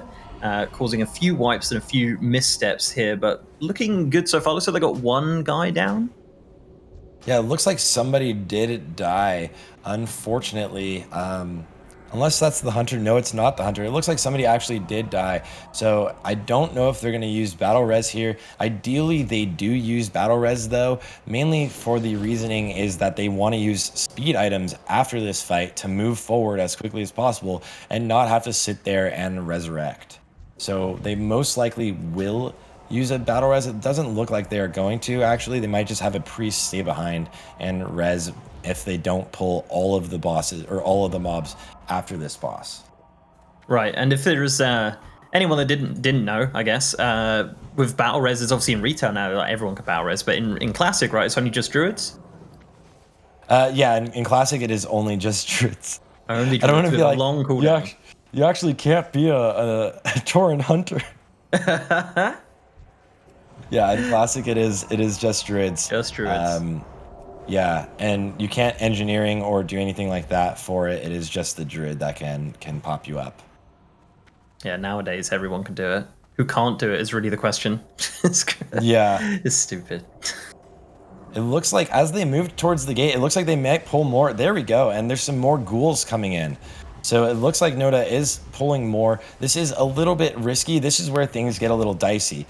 And ideally, they keep it clean. If they keep it clean, they are on an incredible pace. None of the Above with 4 deaths so far. 5th one on this boss. So it is looking very good. Tribe also only with 5 deaths. Salad Baker's unfortunately with 12. And Goosey has had 8 deaths already. Yeah, it's not good. Considering that Goosey was on 0 deaths a minute ago, right? They were doing really, really well. But I bet they are on the 7th boss and they're doing very well. I mean, all of these guilds are doing absolutely fantastic so far on this this kind of bracket of our tournament here. This has been one of the most intense ones for sure. And it's nice to have 4 POVs. Like, it's so hard to kind of jump between them. Yeah, and they're all kind of at pretty much the very similar pacing. They're all kind of at a very similar pacing. So they're going very quickly, and that is the boss down for Noda at 25 minutes, 25 and 20. So Noda using their speed items, as you can see, and it looked like somebody did stay behind and resurrected. It was a warrior that died, which is unfortunate. You don't want a warrior to go down, of course, ever. But they are going at a crazy pace, so Noda could put up this incredible time. Let's see how 4 Horsemen goes for them. And Salad Baker's still with everybody alive over there on Gothic, so at least they're having a clean Gothic, but they did lose so many people on Resuvius that was a big hit to their overall time. Yeah, it is unfortunate, but as we mentioned before, there is another attempt that they can have on the run, essentially. So yeah, but yeah, you don't like to see those deaths going out as early as that. But it looks like Nota are now going for 4 Horsemen. Yep, straight into 4 Horsemen. You can see all of the warriors going over to the right there, going to attack Zaliek. So all of the warriors going over to the right to attack Zaliek, and everybody else going here to cleave these bosses down, like we've seen pretty much from everyone else. You can actually see the druid using Wrath here, just to add, or he's just trying to add a little bit more damage. So when healers don't have to heal, they can just actually add some DPS. So it's just nice to see. Yeah, I mean, every little helps, right? Just throwing in a little Wrath here and there if you've got the time on. And if everyone's looking healthy and whatnot, then why the heck not? I suppose. You just throw on a shadow protection potion like mid-fight from his bag. Yeah, when you get to these 3 marks, if you have 3 marks from both, before you take the 4th mark, it just can be safe to use the shadow protection pot. So it just is a nice little safe thing. It looks like there was a death in Salad Bakers on Gothic. 1 more death for Salad Bakers, unfortunate. So that will put them up to 13 deaths so far this early on into the raid. We're about halfway into the raid, so it's not the worst. Slightly past halfway, actually, probably. So it's not absolutely the worst, but it will slow them down. They're definitely no longer going to get that world record, but Noda is going really quickly. They have had 5 deaths, which does hurt, and there was a death there on 4 horsemen that I didn't see, which definitely hurts them as well. Here we go to Tribe's POV as they are moving on past 4 horsemen into Abomination Wing. And Tribe, it looks like they didn't pull these A-bombs earlier, so they're going to most likely use free action potions here. Yep, they're going to use free action potions and try to pull as much as they can while their FAP is still up. It's only a 30-second ability, but you can see that their hunter ran forward, or maybe it was, yeah, their hunter is moving forward to go pull the next mob. And they pretty much want to try to get, ideally, you could get the next pull even done with the FAP still up, but it looks like it's fallen off. So they are just going to run forward. They're going to grab the mob in the middle. And the other, actually, the guy in the back, the Belcher, or the Abomination, isn't actually padding here, so they can't grab it right now. So they're probably going to see a lot of their warriors get stunned and take a bit of damage here. But hopefully they can actually kill the golems before they do anything. And they do. They burn those golems before they can do anything. And here's that pat I was mentioning earlier. So that's just unlucky for them. That's just unlucky patting. So would that be... So ideally, you wouldn't want it coming through the door at that point? Yeah, you'd want it already out of the door so they could have pulled it into that last group they're doing. And then here they're going to use an item called Nifty Stopwatch to jump all the way across. And, ooh, oh no. Goosey. Gothic the Harvester. It looks like Gothic is going to die, but there's a lot of deaths. You feel bad for Goosey on Gothic here. Taking a lot of deaths. That's pretty much going to take them out of the head of the competition. They were about a minute behind Bakers, which might be a little bit behind None of the Above. So it looks like Noda may be in the lead, as they do have some deaths here actually in Abomination Quarter, which is really something you don't expect usually. Jealous is down, Martip and Beavern. So that's a place where you really don't expect a lot of deaths. It's not one of the scarier pulls or one of the scarier wings in this raid. So that's just some real mistakes there. All 3 melees that went down. What do you think would have taken them out? What? Either some trash if they accidentally pulled too much at one time, or a lightning totem may have lived for a little bit too long. And I will look in the logs, but that is just really, really rough to die there. There is a mob in this group. You can see the one marked as skull every time, the big guy that needs to die first before he summons this lightning totem that can do a ton of damage. And that's really the main reason why you don't chain pull these into some big petrification pull and blow them all up at once, because it wouldn't kill the lightning totem. Longview going really low, and there was one more death there even. Yeah, oh man. Oh wow. Everything's falling apart for None of the Above. It looks like guilds are just struggling. They pulled all of the golems and the retchers in here, and people were not only getting stunned but also knocked up into the air. The knock-up is a huge range and it does a ton of damage. I think None of the Above was on, they're at 31 minutes. They were on track to maybe do a world record. Unfortunately, and a lot of people in Salad Bakers have gone down as well. So Salad Bakers also rip. So Salad Bakers also has gone down on the right side. It looks like a lot of people died to 4 horsemen. None of the Above, it looks like a full wipe here. This is one of the places you almost never see a wipe, so that is just a huge unfortunate circumstance that pretty much brings them out. They would have been pulling Patchwork around 32 minutes and wait, is the same thing happening? Tribe, the same thing, Lord. What? This is crazy. Blizzard. No, these are all top guilds in the world dying to something that. What? I'm shocked, actually. It's the same pool. Was there a hot patch? Yeah, was there a hot patch that went through? Did something change? What happened? I don't know if we can get a replay, but this is crazy to see deaths here. I'm not sure if Salad Bakers is going to have the same issue, but none of the above. Full wipe. Tribe almost a full wipe. Salad Bakers lost like 4 or 5 people on 4 horsemen. So Salad Bakers also, I mean, they can put up a good time. It looks like Salad Bakers now is the only one with any real buffs, but really it seems every guild in the run is kind of potentially out. So someone in the chat just goes turbo bus stock going up. To the moon. Oh, I love that. Oh, it's just rough to see. It's just unfortunate for so many guilds to go down. Goosey full wipe running back in. Salad Bakers on the right side there. And having more people die, actually. Salad Bakers is actually having people die to this pull because you usually don't even do this pull on the right side. It looks like somebody actually would have had to walk into it.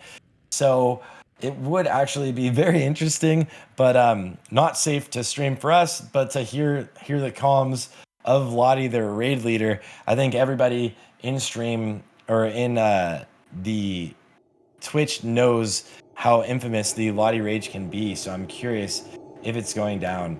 It is just an unfortunate thing. So Gussie down early. They wiped to 4 horsemen and then down again. It just seems like a lot of things are falling apart in this circus. Big Sag out in the chat, boys. Gussie actually the full wipe to 4 horsemen has to run all the way back. Going from having the world record 4 horsemen DPS to going down on the boss. To having 3 buffs as he runs back. Yeah. I guess Lottie's not that mad. That's good. That's good. The run isn't fully over for them, but the speed really isn't going to be there for 4 Bakers here. It's been unfortunate. They've been wanting to get this first sub 50, but you just need a clean run. One clean run will mean everything. So it looks like Bakers now is the last of the guilds to have world buffs on at least some people. Look at that. World buffs on 4 players. Bakers is the last. Oh no. The last of the guilds to have some world buffs. Everyone else has pretty much fallen by the wayside. We do have Tribe now going in on Patchwork after almost full wiping. They should have some world buffs as well. Now, with these wipes, they probably usually wouldn't opt to do 2 tanks on Patchwork, but it does look like they're still doing 2 tanks on Patchwork. So Tribe a little bit ahead of Bakers potentially. Patchwork will probably go down around the 37-minute mark, and we'll see what Bakers does there. But you can see the kill times between these 2 guilds are almost exactly the same. Not that the Plague Bringer was a little bit long for Salad Bakers, I'm not sure why, but then Extractor Vesuvius where things really fell apart for Bakers, where they lost so many people. Yeah, it's terrible, really. I mean, we're looking at Bakers now. They're doing the pulls that caused a lot of the issues for the other guilds, which is just strange. I mean, as you said before, like you've not really seen any wipes on this pull, but yet then we see 2 guilds just do it straight away, like next to each other. And Bakers just had somebody die. What happened? Yeah, What's going on? Oh, and they double pulled these. This could be a little scary. No, they're gonna blow up this Retcher before it does anything. It is intriguing to say the least to see this happening. People going down quite quickly and quite often. So we can see for Patchwork, the DPS over here on the left side, you're seeing people around the 1600, 1700 mark. No one above 1700 for Tribe, which in our last bout, we saw people over here at the 2k DPS mark. So that is like a real differentiator. You also have to hold back your DPS once your tanks have lost world buffs. So with the tanks dying and losing world buffs, you can't pump as hard. We're going to see how Salad Bakers does this. Salad Bakers actually does have a mediocre pathing of Patchwork where they're going to sit there and wait for him. It's not terrible, but it definitely isn't ideal. So they're definitely still losing some time here, but they're no longer really in the race to beat their current times, I would say. Yeah, I mean, they're sitting at 37 minutes. They've still got a whole wing to go, or another 2 wings to go, in fact. So yeah, they're definitely not going to get their record time here, but, you know, it is what it is. They're probably going to... I mean, they're doing pretty well. I mean, as you said, they're one of the last guilds with world buffs. Although, that being said... no, I think his bar's just cursed. It looked like everyone was dead. But, looks like... Unless they looks like Bakers is actually having Cadet solo tank the Hatefuls. So they're having Lottie and Cadet tank everything. And Cadet's not usually the main tank here. He actually wasn't in the last speed run, and they brought him back in, and he's lived with world buffs. So we're gonna see what the DPS comparisons are between the two guilds on these fights. Currently, the Warriors are around 1.5k DPS for Bakers, so we saw quite a bit more damage probably from Tribe actually on this fight. But we'll see as things shape up towards the end, because execute phase can be quite huge. Right, so, I mean, at this point, Salad Bakers are probably going to win this round here, right? Because of the hideous amounts of deaths across the board. Although I don't think the death counters have updated up the top, unless I'm mistaken here. Bakers only has a few world buffs, so I don't know if they actually win this. Tribe it's between Tribe and Bakers now at this point. None of the above actually had the potential to fully have to take it. Absolutely was going to take it. Even with some of their early deaths, they were going to take it. I don't know if they were going to contest world record, but they were going to take this run, and then those wipes before Patchwork. It's surprising to see. It's unfortunate to see, but it is something that just happens. Yes, actually, it's not something that happens often. It just happens to happen when there's actually, you know, something on the line. Yeah. So Cadet did it. They pulled it off. Cadet is now the new main off tank. He pulled that off. They 2-tanked Patchwork with Cadet and Lottie. Really clean job from Salad Bakers. So they did that around 39-minute mark. I want to say I said Tribe was 37, but I didn't write it down. So that's don't believe that at all. So now Tribe moving on to kill Gloth. Bakers jumping across as they're going to go into Gravulus, which is the bane of their existence. Tribe down 41-30 on Gloth. Now I finally wrote it down. I think Tribe are actually, comparatively, they're kind of ahead, right? They've started, I think, 2 minutes before Salad Bakers, or just below 2 minutes, and they're still, I mean, they've just getting down Gloth now, or they have just got down Gloth and on to Thaddeus, while Salad Bakers are still looking at Gravulus, so. Yeah, I think Tribe is in the lead now.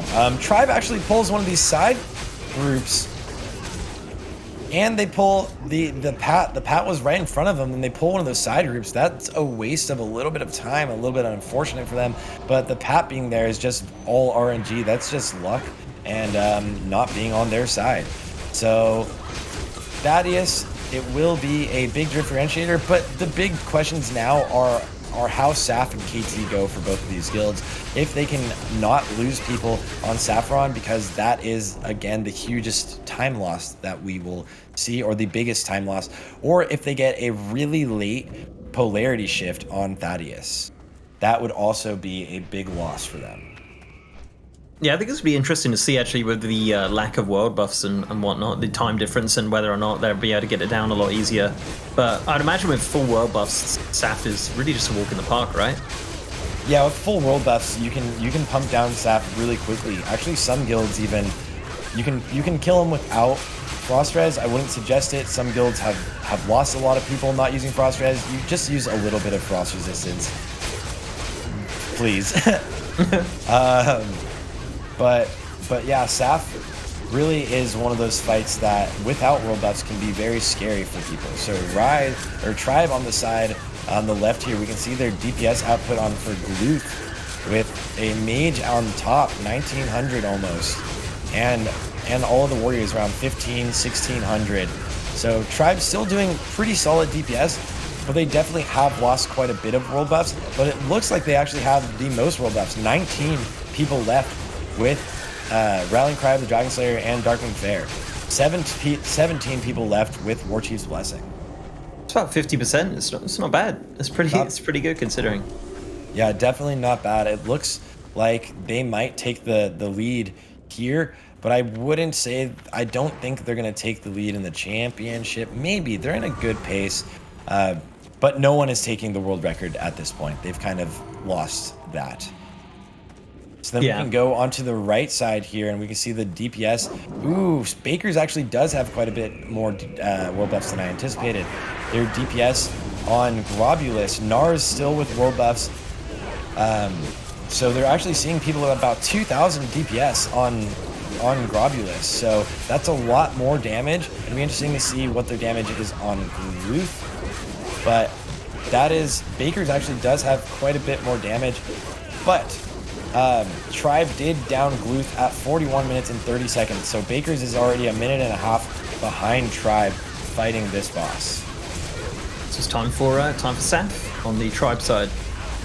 Yeah, and we're seeing some Frost Res be put on. And the boss be engaged as everyone runs into position. They still need to, again, stay away from each other so they don't do damage. And there it is. Just as that debuff was going out, they need to just stay away from each other as much as they could.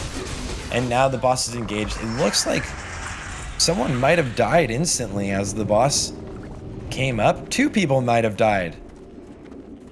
Oh no, 2 people from Tribe might have died. There is a 3rd death potentially.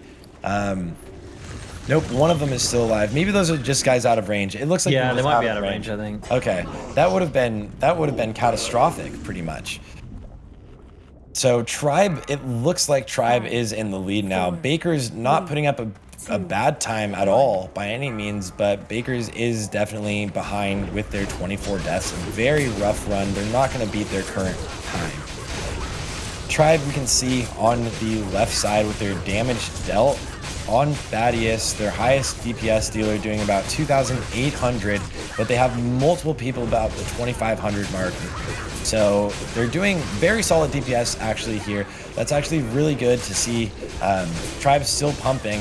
As long as Saffron goes well, I think they take this heat. I don't know if they take. Oh, they might do. Let's see. Yeah, it's a very close one. Considering how many deaths they've had and how many people have dropped world buffs and stuff, I think they're doing pretty darn good. They're doing they're doing very well for how many people have died.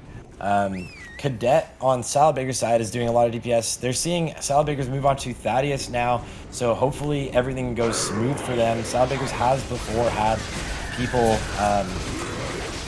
fat brain or I don't know a term for it, but they've actually had people go to the wrong side before on a speed run and on a world record. So we will see if that happens here as they move into their first polarity shift. Boom, looks pretty clean so far. And they are clean and they are pumping. So we're gonna see what the comparison of damage was there. Hopefully, from Tribe, we did see the top DPS around 2.8k and most of their warriors around 2.5k, including their mages. So they didn't actually have a mage on top for Tribe, and that's just because they lost a lot of their world buffs. Tribe at 4730, leaving Saf's win. 47:30. So as we said, you got the 5 minutes of KT in the first phase, and then probably, I don't know, like your average KT maybe like 7-8 minutes. Do you think? About 7 minutes. So they have a chance because they had no one die. They have a chance. I don't know if they have more world buffs. but they definitely have a chance to put up this competitive time. So on DPS, on Saffron, you can see there's multiple people above 1,100 DPS. So a lot of the warriors that kept world buffs were actually really pumping there. No one as high as we've seen. We saw 1,400 DPS earlier today, but that was still a very, very solid run. And then Baker's moving into Saffron's room. So Baker's moving into Saffron's room. Tribe using speed items to get into the circle for KT, and it's really putting it all into perspective. They are trying to shave off as much time as they can. 48:30, KT has been engaged. Yeah, they're going for it. We've got to wait the... What is that, weak aura? It is... It's like the default icon that you get. Yeah.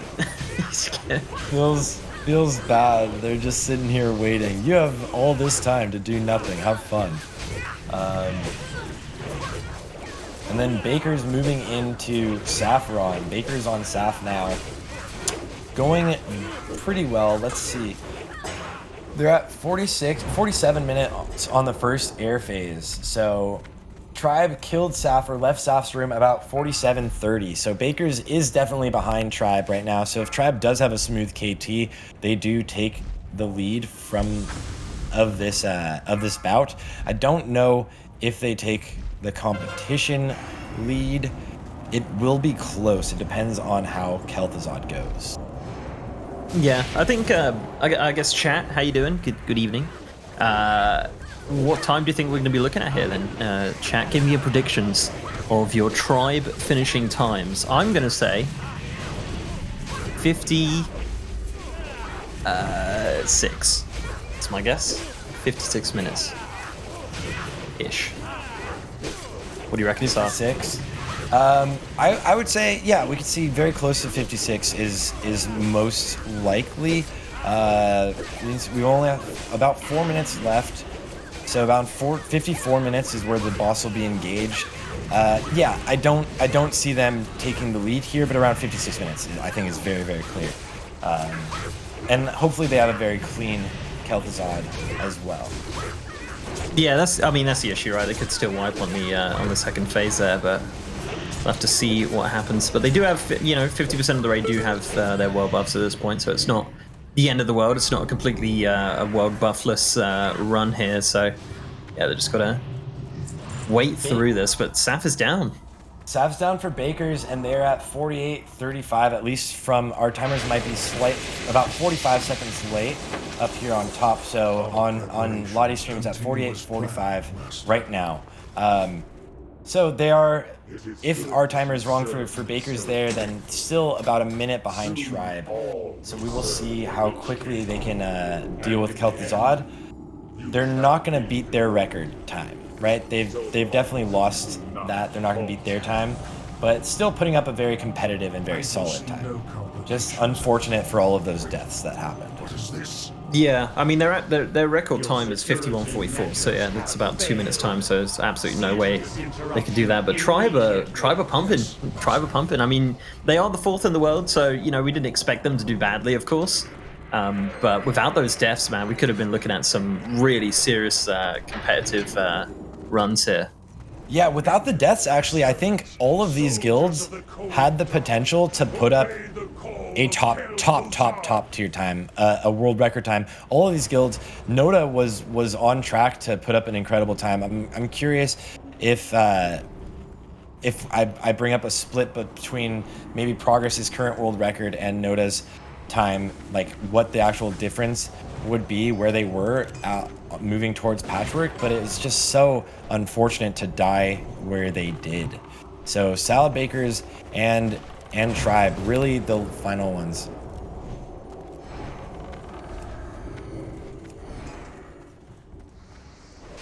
Okay, so we're gonna actually play the comms of what it sounded like when Salad Bakers died on Instructor Resuvius and had those deaths.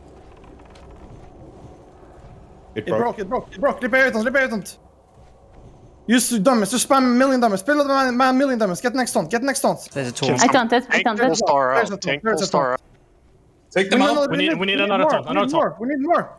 Someone else taunt. We need another taunt. We need another taunt before we all die. I taunted. I got it. Oh, not like this. There we go. Did he say not like this? I love the Monka TOS as soon as it comes up. Yeah, let's listen in comms. Monka TOS. So that was actually a very, very chill version of Lottie there. Pretty laid back. He's actually not upset. They have a very solid time right now up on the books, but they do want to get that sub 50. They do want to be the first guild in the world to get that sub 50, and they just won't be getting that today. So potentially we might see that not in the competition, but from Progress, because they still have a run, and Noobs has a run still. But we haven't seen that in the competition. Unfortunately, no world records yet, but still some very solid times. Yeah, Tribe is in phase 2. Okay, Tribe's in phase 2, attacking Kel'thuzad now. So we will go over to that. We will go over to that shortly in a second, guys. But either way, it was really clean. That's pretty much when Resuvius goes down like that and he drops, you need those target dummies and you need AoE taunts and lips. So it is rough. Tribe getting the first MC. Oh, someone here. down. Oh. It's not someone Hunter. almost actually ran into that void zone too. Someone actually just... Oh, someone did die in the Shadow Fissure. Oh, no. Someone went down, and then the blockchain. Oh, this is just sloppy. At least nobody died from that, but that is just rough. You hate to see it. Just a little bit sloppy with those deaths there, especially the Shadow Fissure and that chain of the ice blocks. So let's see if they can clean this up. The fight only gets a little bit more hectic as things go on. So hopefully they have gotten that out of their systems and have a clean kill. They're at 55-10 right now. And there's the second Frost Blast on melee. Just unfortunate, another death there. Frost Blast on melee always hurts. And then here is the Fissure, the Shadow Fissure.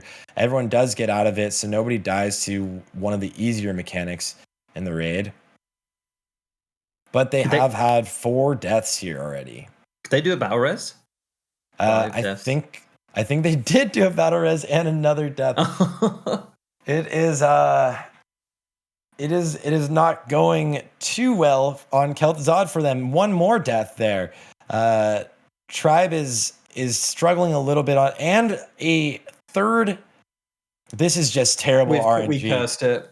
That is just the least lucky thing I've ever seen. That was the worst RNG. 3 Frost Blasts. This is it's a wipe. It is potential. It is probably a wipe.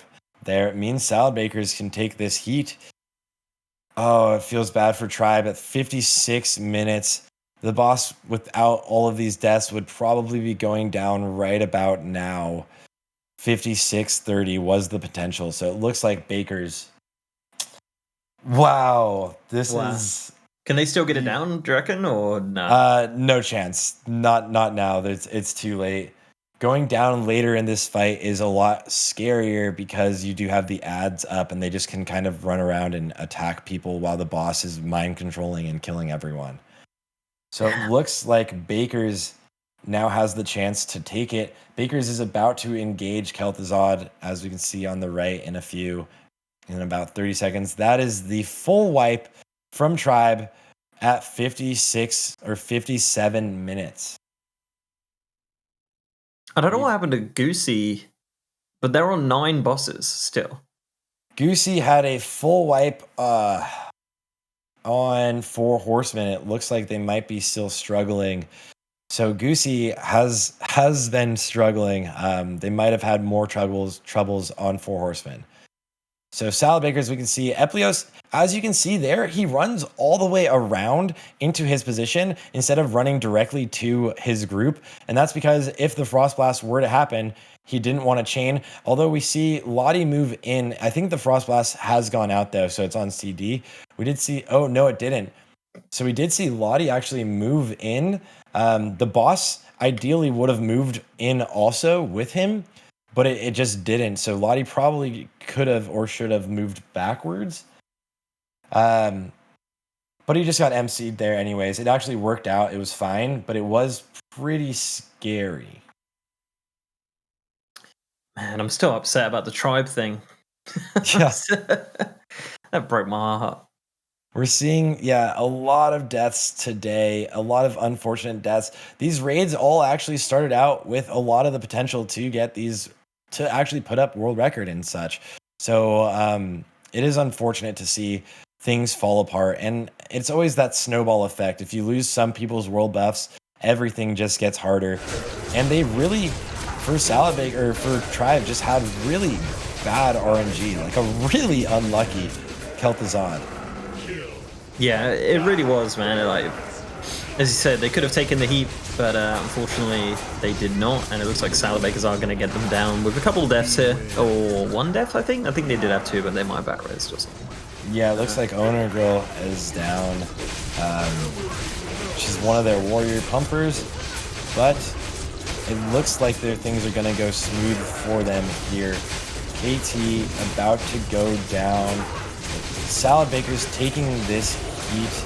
Their timer officially about 57:05.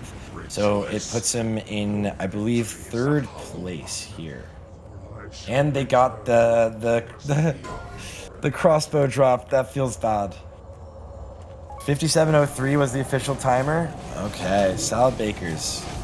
Now we see none of the above coming back in, or coming in here. So Tribe now can kind of be overtaken by none of the above if Noda actually gets this clear. Noda had some struggles earlier. It seems like every guild had some struggles today. The big sad with the PTR going down, a lot of times it does help to go in and warm up. We also didn't actually see any of Senseless on the screen, but Senseless did start and they wiped very early. And the hard part for them especially is they're running all warriors and they haven't done that composition since last month. And so not having any test runs on the PTR to really warm up and get out the little jitters really can have pretty massive and lasting effects. Yeah, it's one of those things, man. Like, I wonder when the PTR did actually go down. I guess it must have been pretty recently. Yeah, I think it was yesterday. Because I started getting pings while we were doing the broadcast, and then my guild was planning on doing PTR before we ran, and it was just down. So it is unfortunate. Yeah, that is so unfortunate, really. I mean, it would have been perfect for, especially for an event like this, you know, that they could have done that. Dream State, but someone just mentioned this in the chat. Dream State are now the Horde #1 guild. Yeah, 56 minutes and 39 seconds. Dream State on Gehenna's EU with the new world record. Doing it. Beating out everybody on the Horde side. Congratulations to Dream State. Really impressive. So it looks like somebody had a clean run today. It's my buddy Lazonta's in that guild. I don't think he speedruns with them though, but he's in there. Yeah, they actually only had one death the entire raid. Dream State had one death their entire raid as well. So that actually is kind of crazy. And on the Horde side, that is insane. Yeah. So really clean raid from Dream State. Unfortunately, everyone in the competition right now has had a little bit more struggles. But it looks like none of the above, hopefully, will come in second in today's group. We will find out shortly, though. Yeah, I mean, we're still... oh no, we're just about to move into phase 2. I was just looking at it, I thought it was 3 minutes, but it's 3 seconds. I was like, thank goodness. Yeah.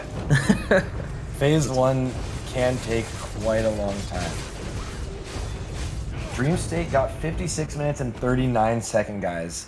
It puts him about 3 minutes above any other Horde guild in the world, with Senseless in second at 59 minutes and 14 seconds. Senseless wanted to get that new record today, but did have a very unfortunate run You can see the Druid actually starfiring here to make sure he's just doing a little bit more damage to KT and then healing when he needs to. I guess he can use his HOTS now because the people that have lost buffs either have their cancel auras swapped off, or they'll just cancel it anyways. Right. Yeah, some people are saying about Senseless. Senseless did not finish because they had a wipe, and then I think they just called it after that, unfortunately. Yeah, did Senseless actually, did they get any bosses down before? Because I wasn't able to see it. Tetsu in the chat. Shout out to Tetsu, who did have the Horde sub 1 hour, as well as the world's fastest. Still has world's fastest. So one of the, obviously the top warriors in the world. So Progress, not in the competition, but if you're watching today, do note that Progress still does have at least one more run, and they can put up an extremely impressive run. They are currently #1 in the world, and if they have a clean, really, really good run, we could see them do the world's first sub 50, since we weren't able to see that from this group yet today. Although Rain does still go tonight for the NA bout. They do indeed. But yeah, it's a shame we don't have Noobs doing it. Obviously, they're over in China, right? Yeah, world #3.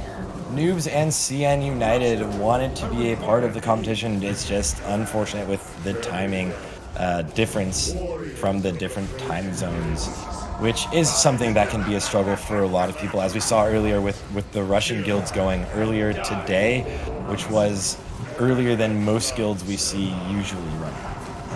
Yeah, it would have been cool actually if Dream State did actually join the event, because it would have been nice to see them get their new personal best, especially on the Horde side. Would have been cool. It looks like Noobs did do their run today, but they had a wipe, so it looks like Dream State #1 Horde, and yeah, that one death does put them at the closest in the world to having that immortal run, that #1 execution, really clean. Rain running later today, guys. Currently #2 in North America. They could bring it back and get #1 in NA, as well as if they have an insane run, could put some competition on Progress and Salad Bakers if all goes well. Unfortunately, we will not have a Lottie interview, guys, but we will have some interviews after this. We will have interviews from the teams here after these runs finish up. Tribe almost getting to phase 2, and Noda almost finishing. Did they just kill Kel'thuzad? Yeah, they just did it, yeah.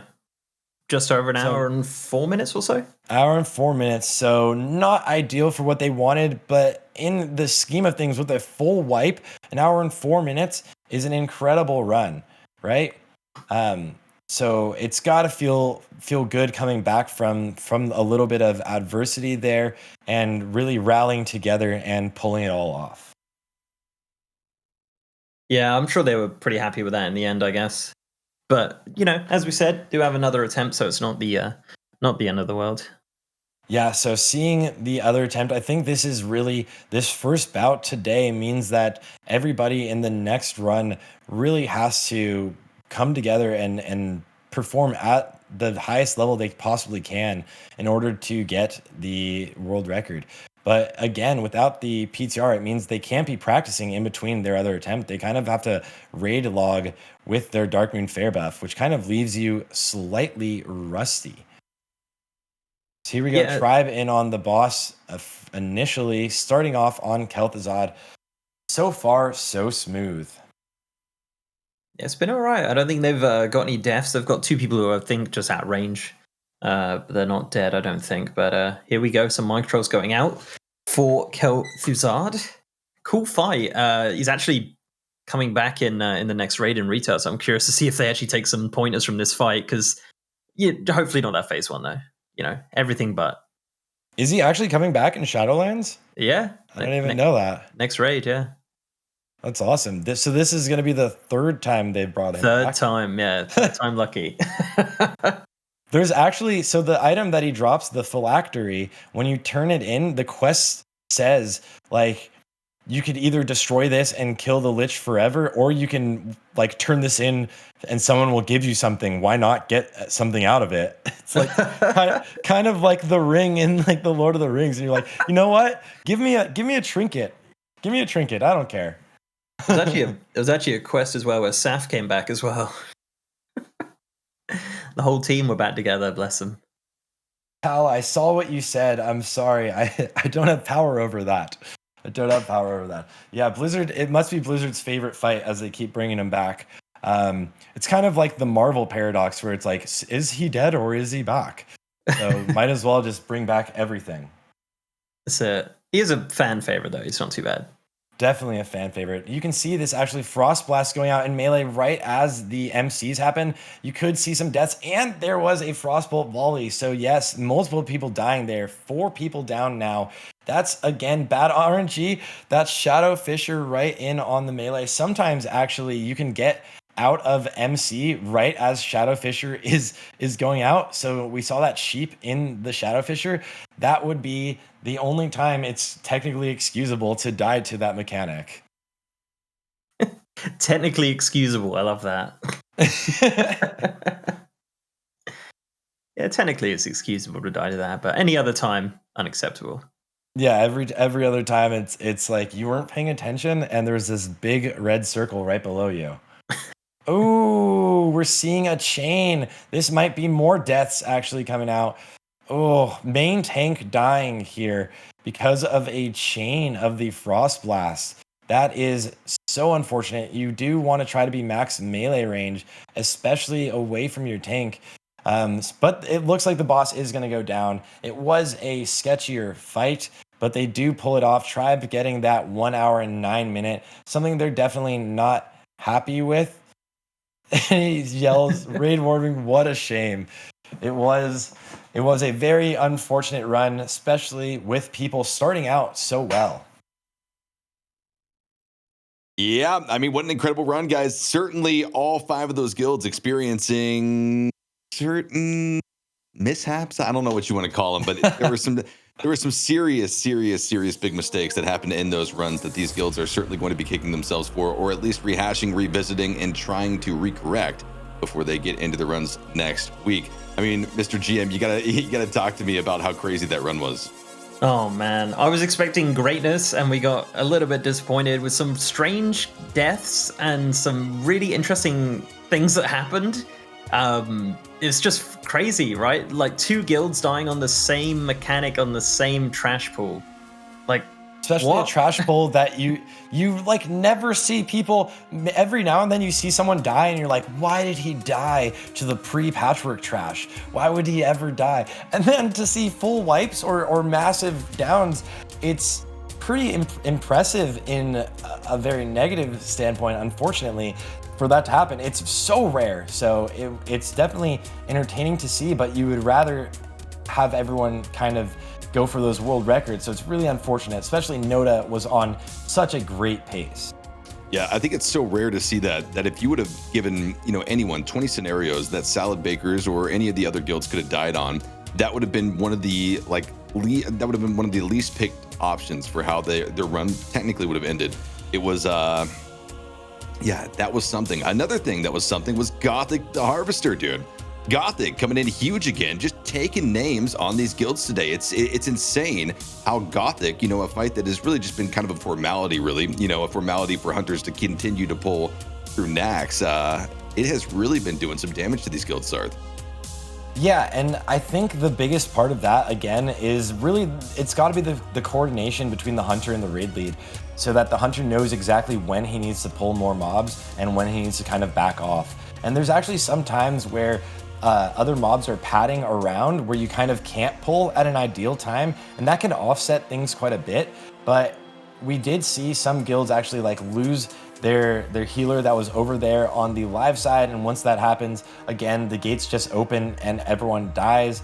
So it is unfortunate to see Gothic just taking names left and right, and then also Resuvius tonight. The Resuvius for Salad Bakers falling apart, really unfortunate there, and that's just one of those fights that if things go wrong, it can be a snowball and people just can keep dying. Yep, this run Run number 4 was certainly a roller coaster of emotion, not just for the guilds participating, but for us as viewers. We've got a quick break. We're going to cut to a word from our sponsors, guys. Again, Raidmaster sponsored by G-Loot HyperX, as well as Warcraft Logs. A quick word from them. When we get back, we're going to get into some interviews from the guilds that we just saw participate in Naxxramas. Hello and welcome back to day number 2 of Raidmasters Naxxramas, brought to you by G-Loot HyperX and Warcraft Logs. My name is Esquire, joined here in the commentating desk by none other than Mr. GM and Sarth. Gentlemen, we just wrapped up round number 4 of the tournament. We just saw 5 amazing guilds put up their runs. However, many of them fell short of their own expectations and, well, some of the expectations of you guys in chat also. To get a glimpse of how these guilds did, let's go ahead and hop over to our leaderboards and see how everyone fared. There they are. Exodus still going to be holding on to that number 1 spot that they were able to put up this morning in round number 1. Again, just a few seconds, 7 to be exact, in front of Rise. But Sarth, talk to me about what you're seeing as we go down the leaderboards with some of the new guilds that have been slotted. Some of these guilds are coming in hot, but it looks like almost none of the guilds have actually, other than Exodus, put up a new time that is faster than something they really have done before. The most surprising difference here is that none of the above was actually really in the lead. They were actually in contention to get that world record when they did have that wipe.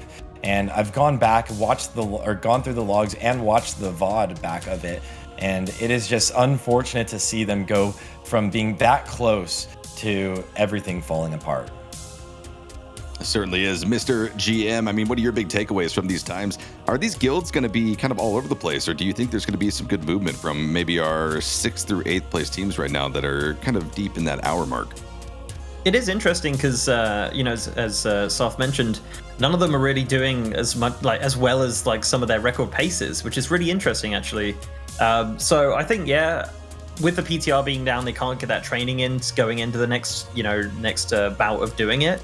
So I think it's going to be interesting to see what if they can improve on those times for the next round. But yeah, I'll be very curious to see what happens, honestly. Here at the bottom half of your team, some of those times have not yet been recorded and slotted in. However, as far as Senseless and Scripted are concerned, these are both 2 guilds that had major difficulties in their run and have not finished their logged run to completion. So that is where they will remain at 14th and 15th on the leaderboards.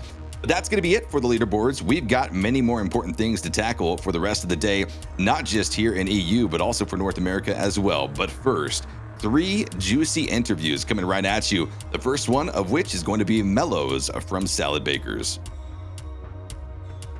Hey, Mellows, thank you very much for coming here and letting us interview you, and congratulations on a pretty solid run. Thanks, man. Yeah, as you saw, we had a few deaths. I'm still kind of pumped up as I was one of the healers, so we had to do quite a bit of healing in the run, as you can imagine. Yeah, can you maybe walk us through what exactly happened on Instructor Vesuvius, which seemed to be a pretty pivotal moment in your run? So usually we have this kind of worked out where we do one taunt into another and we kill it before the taunt ends. But we had some LOS issues with the mob, the way they were being tanked, so we couldn't get the MC off. And then we used dummies, and then they started going on the melee and it spiraled out of control. And then we also had a shout on the healer, so it was a good thing we didn't wipe. So it was a close call. Yeah, you guys had a good recovery. What is the added pressure that happens for a healer as somebody goes down early? So now that they no longer have world buffs, is there added pressure to make sure that you don't lose more people, or so that you can keep them alive since they have less health?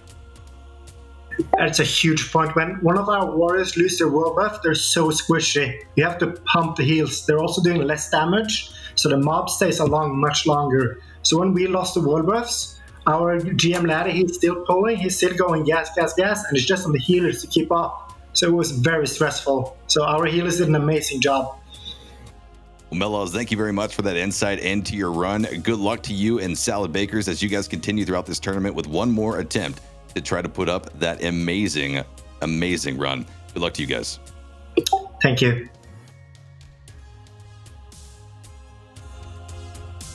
I mean, hey, Mr. GM Sar, the legend himself. We saw him in the video, a fan favorite from his recorded video earlier. I mean, gas, gas, gas. It seemed like they were pumping gas, gas, gas, but you heard it there. I mean, Instructor Vesuvius just kind of threw the kitchen sink, everything, including the kitchen sink at them there. What do you think, Mr. GM? Yeah, I wanted to ask him what music he was listening to, because he said, what is it, Eurobeat or something? Oh yeah. Of course, he looks like he absolutely loves that, going through that. But yeah, no, I think, I don't know. It's interesting to get the insight from people like that, but I don't know. I'm lost for words, honestly. I'm a bit flustered. I mean, to be fair, I think he at least seemed pretty composed, for a guild that, expected beyond greatness here today in this run.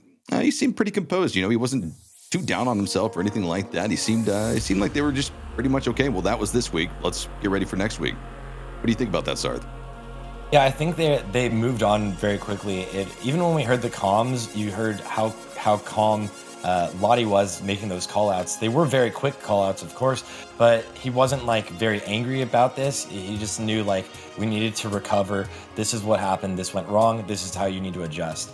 And I think Salad Bakers is one of those guilds, and most guilds really, is when something goes wrong, you just kind of adjust and be like, how can we continue to move at the fastest pace we can? So Salad Baker's current time, that's 8 seconds behind the current world record. It actually is one of the times where they had 17 deaths. So they're very experienced in having very rough runs and putting up pretty incredible times and persisting through. So we've got another lovely interview ready. You heard from him earlier in his recorded interview, but we've got him live and direct right here. It is going to be a Bloodwill coming in from None of the Above. Bloodwill, thank you for joining us. Good job on your run. How are you doing today? Thank you. Hello. Hi, guys. Hello. So listen, we need to talk about this, Bloodwill. What happened on the Patchwork Trash? Okay, that was an area of the run that I don't think any of us here on the desk thought that y'all would run into issues with, especially on the heels of such a good run up to that point. I think personally that it's one of the roughest places where things can go wrong. I mean, you can do it with almost no healers, but it just spirals. If you do one mistake, we get. We are fucking blasting there. We probably on, I don't know, 31, 30 or something. From there, it's 30, 55. What did you say? It was 30-55 from Maki's POV on his. Yeah, time. I mean, we are minutes in front of the world record from there, and basically it just spirals out. One guy gets feared into the pack in the back. He goes in without. He just died before, and I guess he's just a bit, maybe confused, maybe a little bit stressed. He should stay out or position himself better. Unlucky, we get an instant fear from monstrosity. We obviously go on it straight away. It's just unfortunate, but I mean, if you check the time there, a clean run from us from there on. Like that pack right there, if we pass that, then it's sub 50 easy from us. So how are you feeling about the next run? I'm feeling super confident. I mean, we played super well. There's small things that can be adjusted, but I think I have the best roster in the world underneath me, and there's no question that we can beat all the other guilds with minutes. Absolutely, Bloodwill. I mean, certainly the first half of y'all's run definitely got all of us excited, and certainly excited to watch what happens next week when you guys zone into Naxxramas for attempt number 2 here at Raid Masters. Thank you again for the interview, and good luck to your guild as you guys prepare for the next week. Good luck, boys.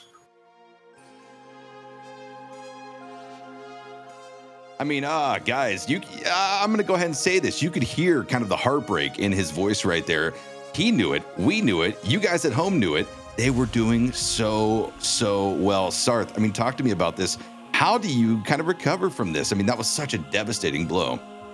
It is really unfortunate. They could have tried to say a lot. They did try to recover in the moment. It just kind of snowballed into a spiral of it would be picking up the mobs, moving out the big golems and the belchers.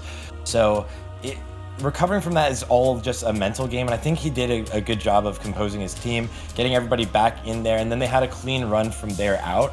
But they were absolutely on world record pace by a large margin. They could have actually potentially put up the world first sub 50. That was, up to that point, that was the run. And they had actually had some deaths already. So even then, it wasn't the #1 execution run in the world. So he really does have a very, very solid roster. None of the above only did speedruns in Nax starting last circus. So last month was their first one. So they have a tendency to come in late and just sweep. So I'm going to ask you guys both this, and we'll start with Dan in terms of this question. We heard it from Bloodwill. He talked about it, but I don't want to talk specifically about this one player. He mentioned, though, that there was one player that might have caused the snowball effect that happened with the trash and patchwork. Dan, what do you do when you have a single player in such a strong group up until that point, and hell, for weeks prior to that, this player's probably performed well? How do you handle that issue with your personnel moving forward? Do you replace? Do you sit down and talk? How do you deal with that? That's a really tough question. I guess you just speak to him about it, right? You know, let's be honest. With everything going on in the world right now, like no one's 100% right now. Let's be honest. No one's doing fantastic. So maybe take him to the side, ask him what's going on. Maybe give him some constructive criticism or constructive feedback on what could have potentially been better, without being too harsh. Because you just got to be reasonable with these people here. And some people have their off days, of course. So yeah, it's just one of those, I think. And Sarth, what do you think? Would this be a situation where, if you've got a deep bench, if you've got a bench of players that you could sub in, does this player get subbed out for the next speedrun, or do you trust that they, made a singular mistake and that won't happen again? I watched back the VOD a couple times, and I know exactly who it was. He's one of the best players in the world. So it was just an unfortunate mistake. He just was slightly positioned too far in front of the pack, probably a little too deep, so that the fear allowed for him to get too far in. The fear could have been dispelled, probably could have called in Discord, but he did eat the fear, and then it went into the next pack. Could have tried to vanish, but it was too late. Everyone was too close. It was unfortunate. You just kind of move on into the next one. He's gonna apologize to the guild, and I'm sure everyone knows. And it just happens. It does happen. That wasn't really that big of a fault. Unfortunate, really. No, certainly not. We've got another interview. O'Clocks from Tribe is going to be joining us to shine a little bit of light on their run. O'Clocks, hey, good to see you. Thank you very much for giving us this interview, and good job on your run. Hello guys, oui bonsoir. To begin with, I apologize with my French accent, and I hope you really understand what I'm going to say.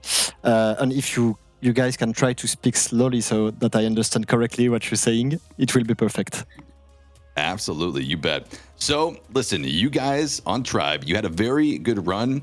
Up until Kel'thuzad, you were still on pace for a 55-minute run. What happened on KT? KT is kind of difficult with a speedrun composition. We got a lot of melees, and Naxxramas is really different from AQ40 or BWL because there are so many deadly mechanics, and you can easily go from a good red to a shit show, and that's what happened on KT. We miss a lot of kicks, we got some bad man controls, and it basically snowballed, ending with a wipe. You lose like 3, 4, 5 melees, and then there is not enough kick, or people are missing, people are not even focused. Once, at the moment we wiped on the Abomination Wing, people start to put hands out of the keyboards and just thinking what we did wrong, what's wrong, what's going on, etc. And people are not focused anymore. Yeah, what's your you just mentioned people are thinking what happened, what went wrong once the first deaths all happened. How do you guys tend to move forward with this? What is your protocol for analyzing things and moving on to improve later, especially now that we don't have the PTR and things like that? We used to practice a lot our runs, and we try to test every single pack on what's the best way to take them. Basically, the problem tonight is our hunter get feared, make a feint death into the pack he get into, and the feint death make the monstrosity from the previous pack to respawn. And we end with like 2 monstrosities. So we learned something. You can't feint death in a pack, or you will reset the last one. And our main tank get feared like 3 times, and without fear wards and in a defensive stance, so he couldn't use his berserker rage, and that's why we just keep pulling on that snowballing. And maybe on the next time we should just try to go a little bit slower on this part, because it's really tricky and it can go bad really quick. But we're gonna look at the logs, look at the VOD and see what exactly happened, and if everyone stick on his assignments, etc. Just basic things. Excellent. O'Clocks, it sounds like you've got a plan moving forward. Good luck to you and Tribe as you proceed into the next week for your second run. Thank you, guys. Okay, so there we heard it. Hey, you heard it from them right there. They're just going to maybe take it a little bit slower. I don't know if there's anything much else for them to do right there. Sorry, Mr. GM. They had a pretty good run. Again, they were on pace for, around a 55, 56-minute run.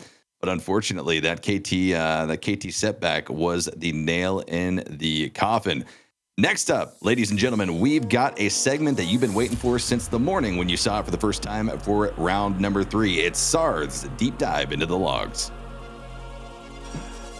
All right, guys, well, welcome into the logs, of course. The first thing we want to check today is something that people love to look at in the logs, and let's wait for this to load up.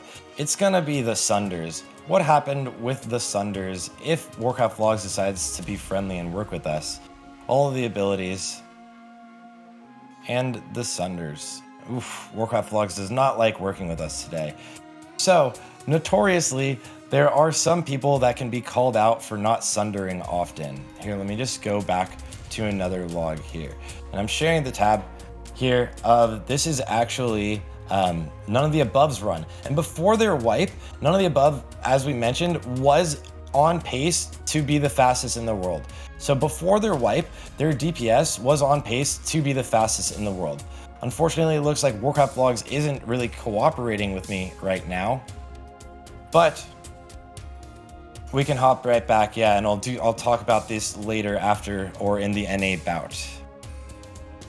Okay, we'll get back to that then. We might have some replays though to look back. Certainly there were many events that happened here in round number 4, many that are worth looking back on. Ah, yes, the devastating Vesuvius. Sorry, what are we looking at here? So this Vesuvius really was, look at all of the Masterwork target dummies being thrown down. Everyone is trying to throw out as many target dummies as they can, and the boss, as you can see on his little right side, that's who he's targeting. Now he's targeting bosses or tanks. Maria did that AoE taunt, or did that taunt there with a lip. Now everybody is going to try to rotate through the taunts with the lips, and then they finally do get another understudy MC'd. So it was fixed. They didn't wipe, but it was very, very scary. I mean, what do you think, Sar? Do you feel that Instructor Vesuvius might be one of the more difficult fights to recover from when you have maybe like a mistake like that?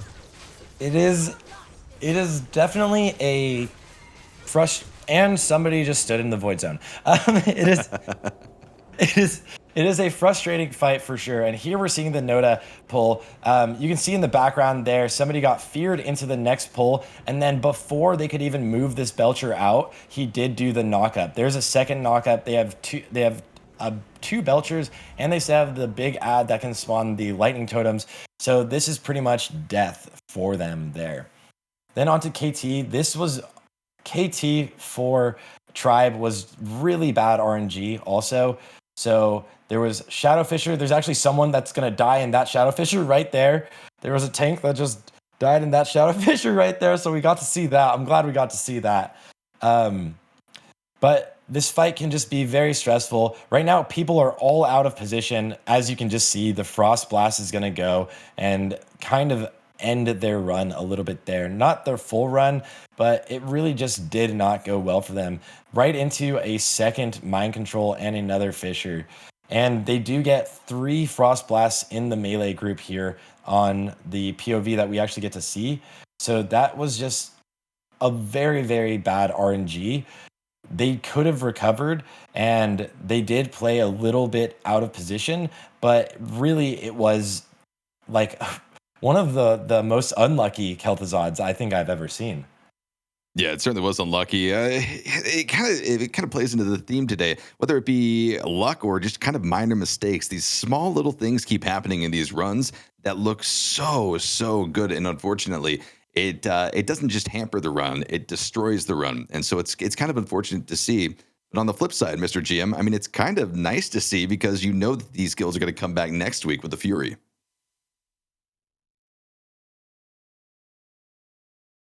It's muted, of course it is. It'll either make them like super motivated, or it'll make them like either a bit disappointed. But I think the motivation will probably be there, whether for that one more attempt. I think the pressure will definitely be on.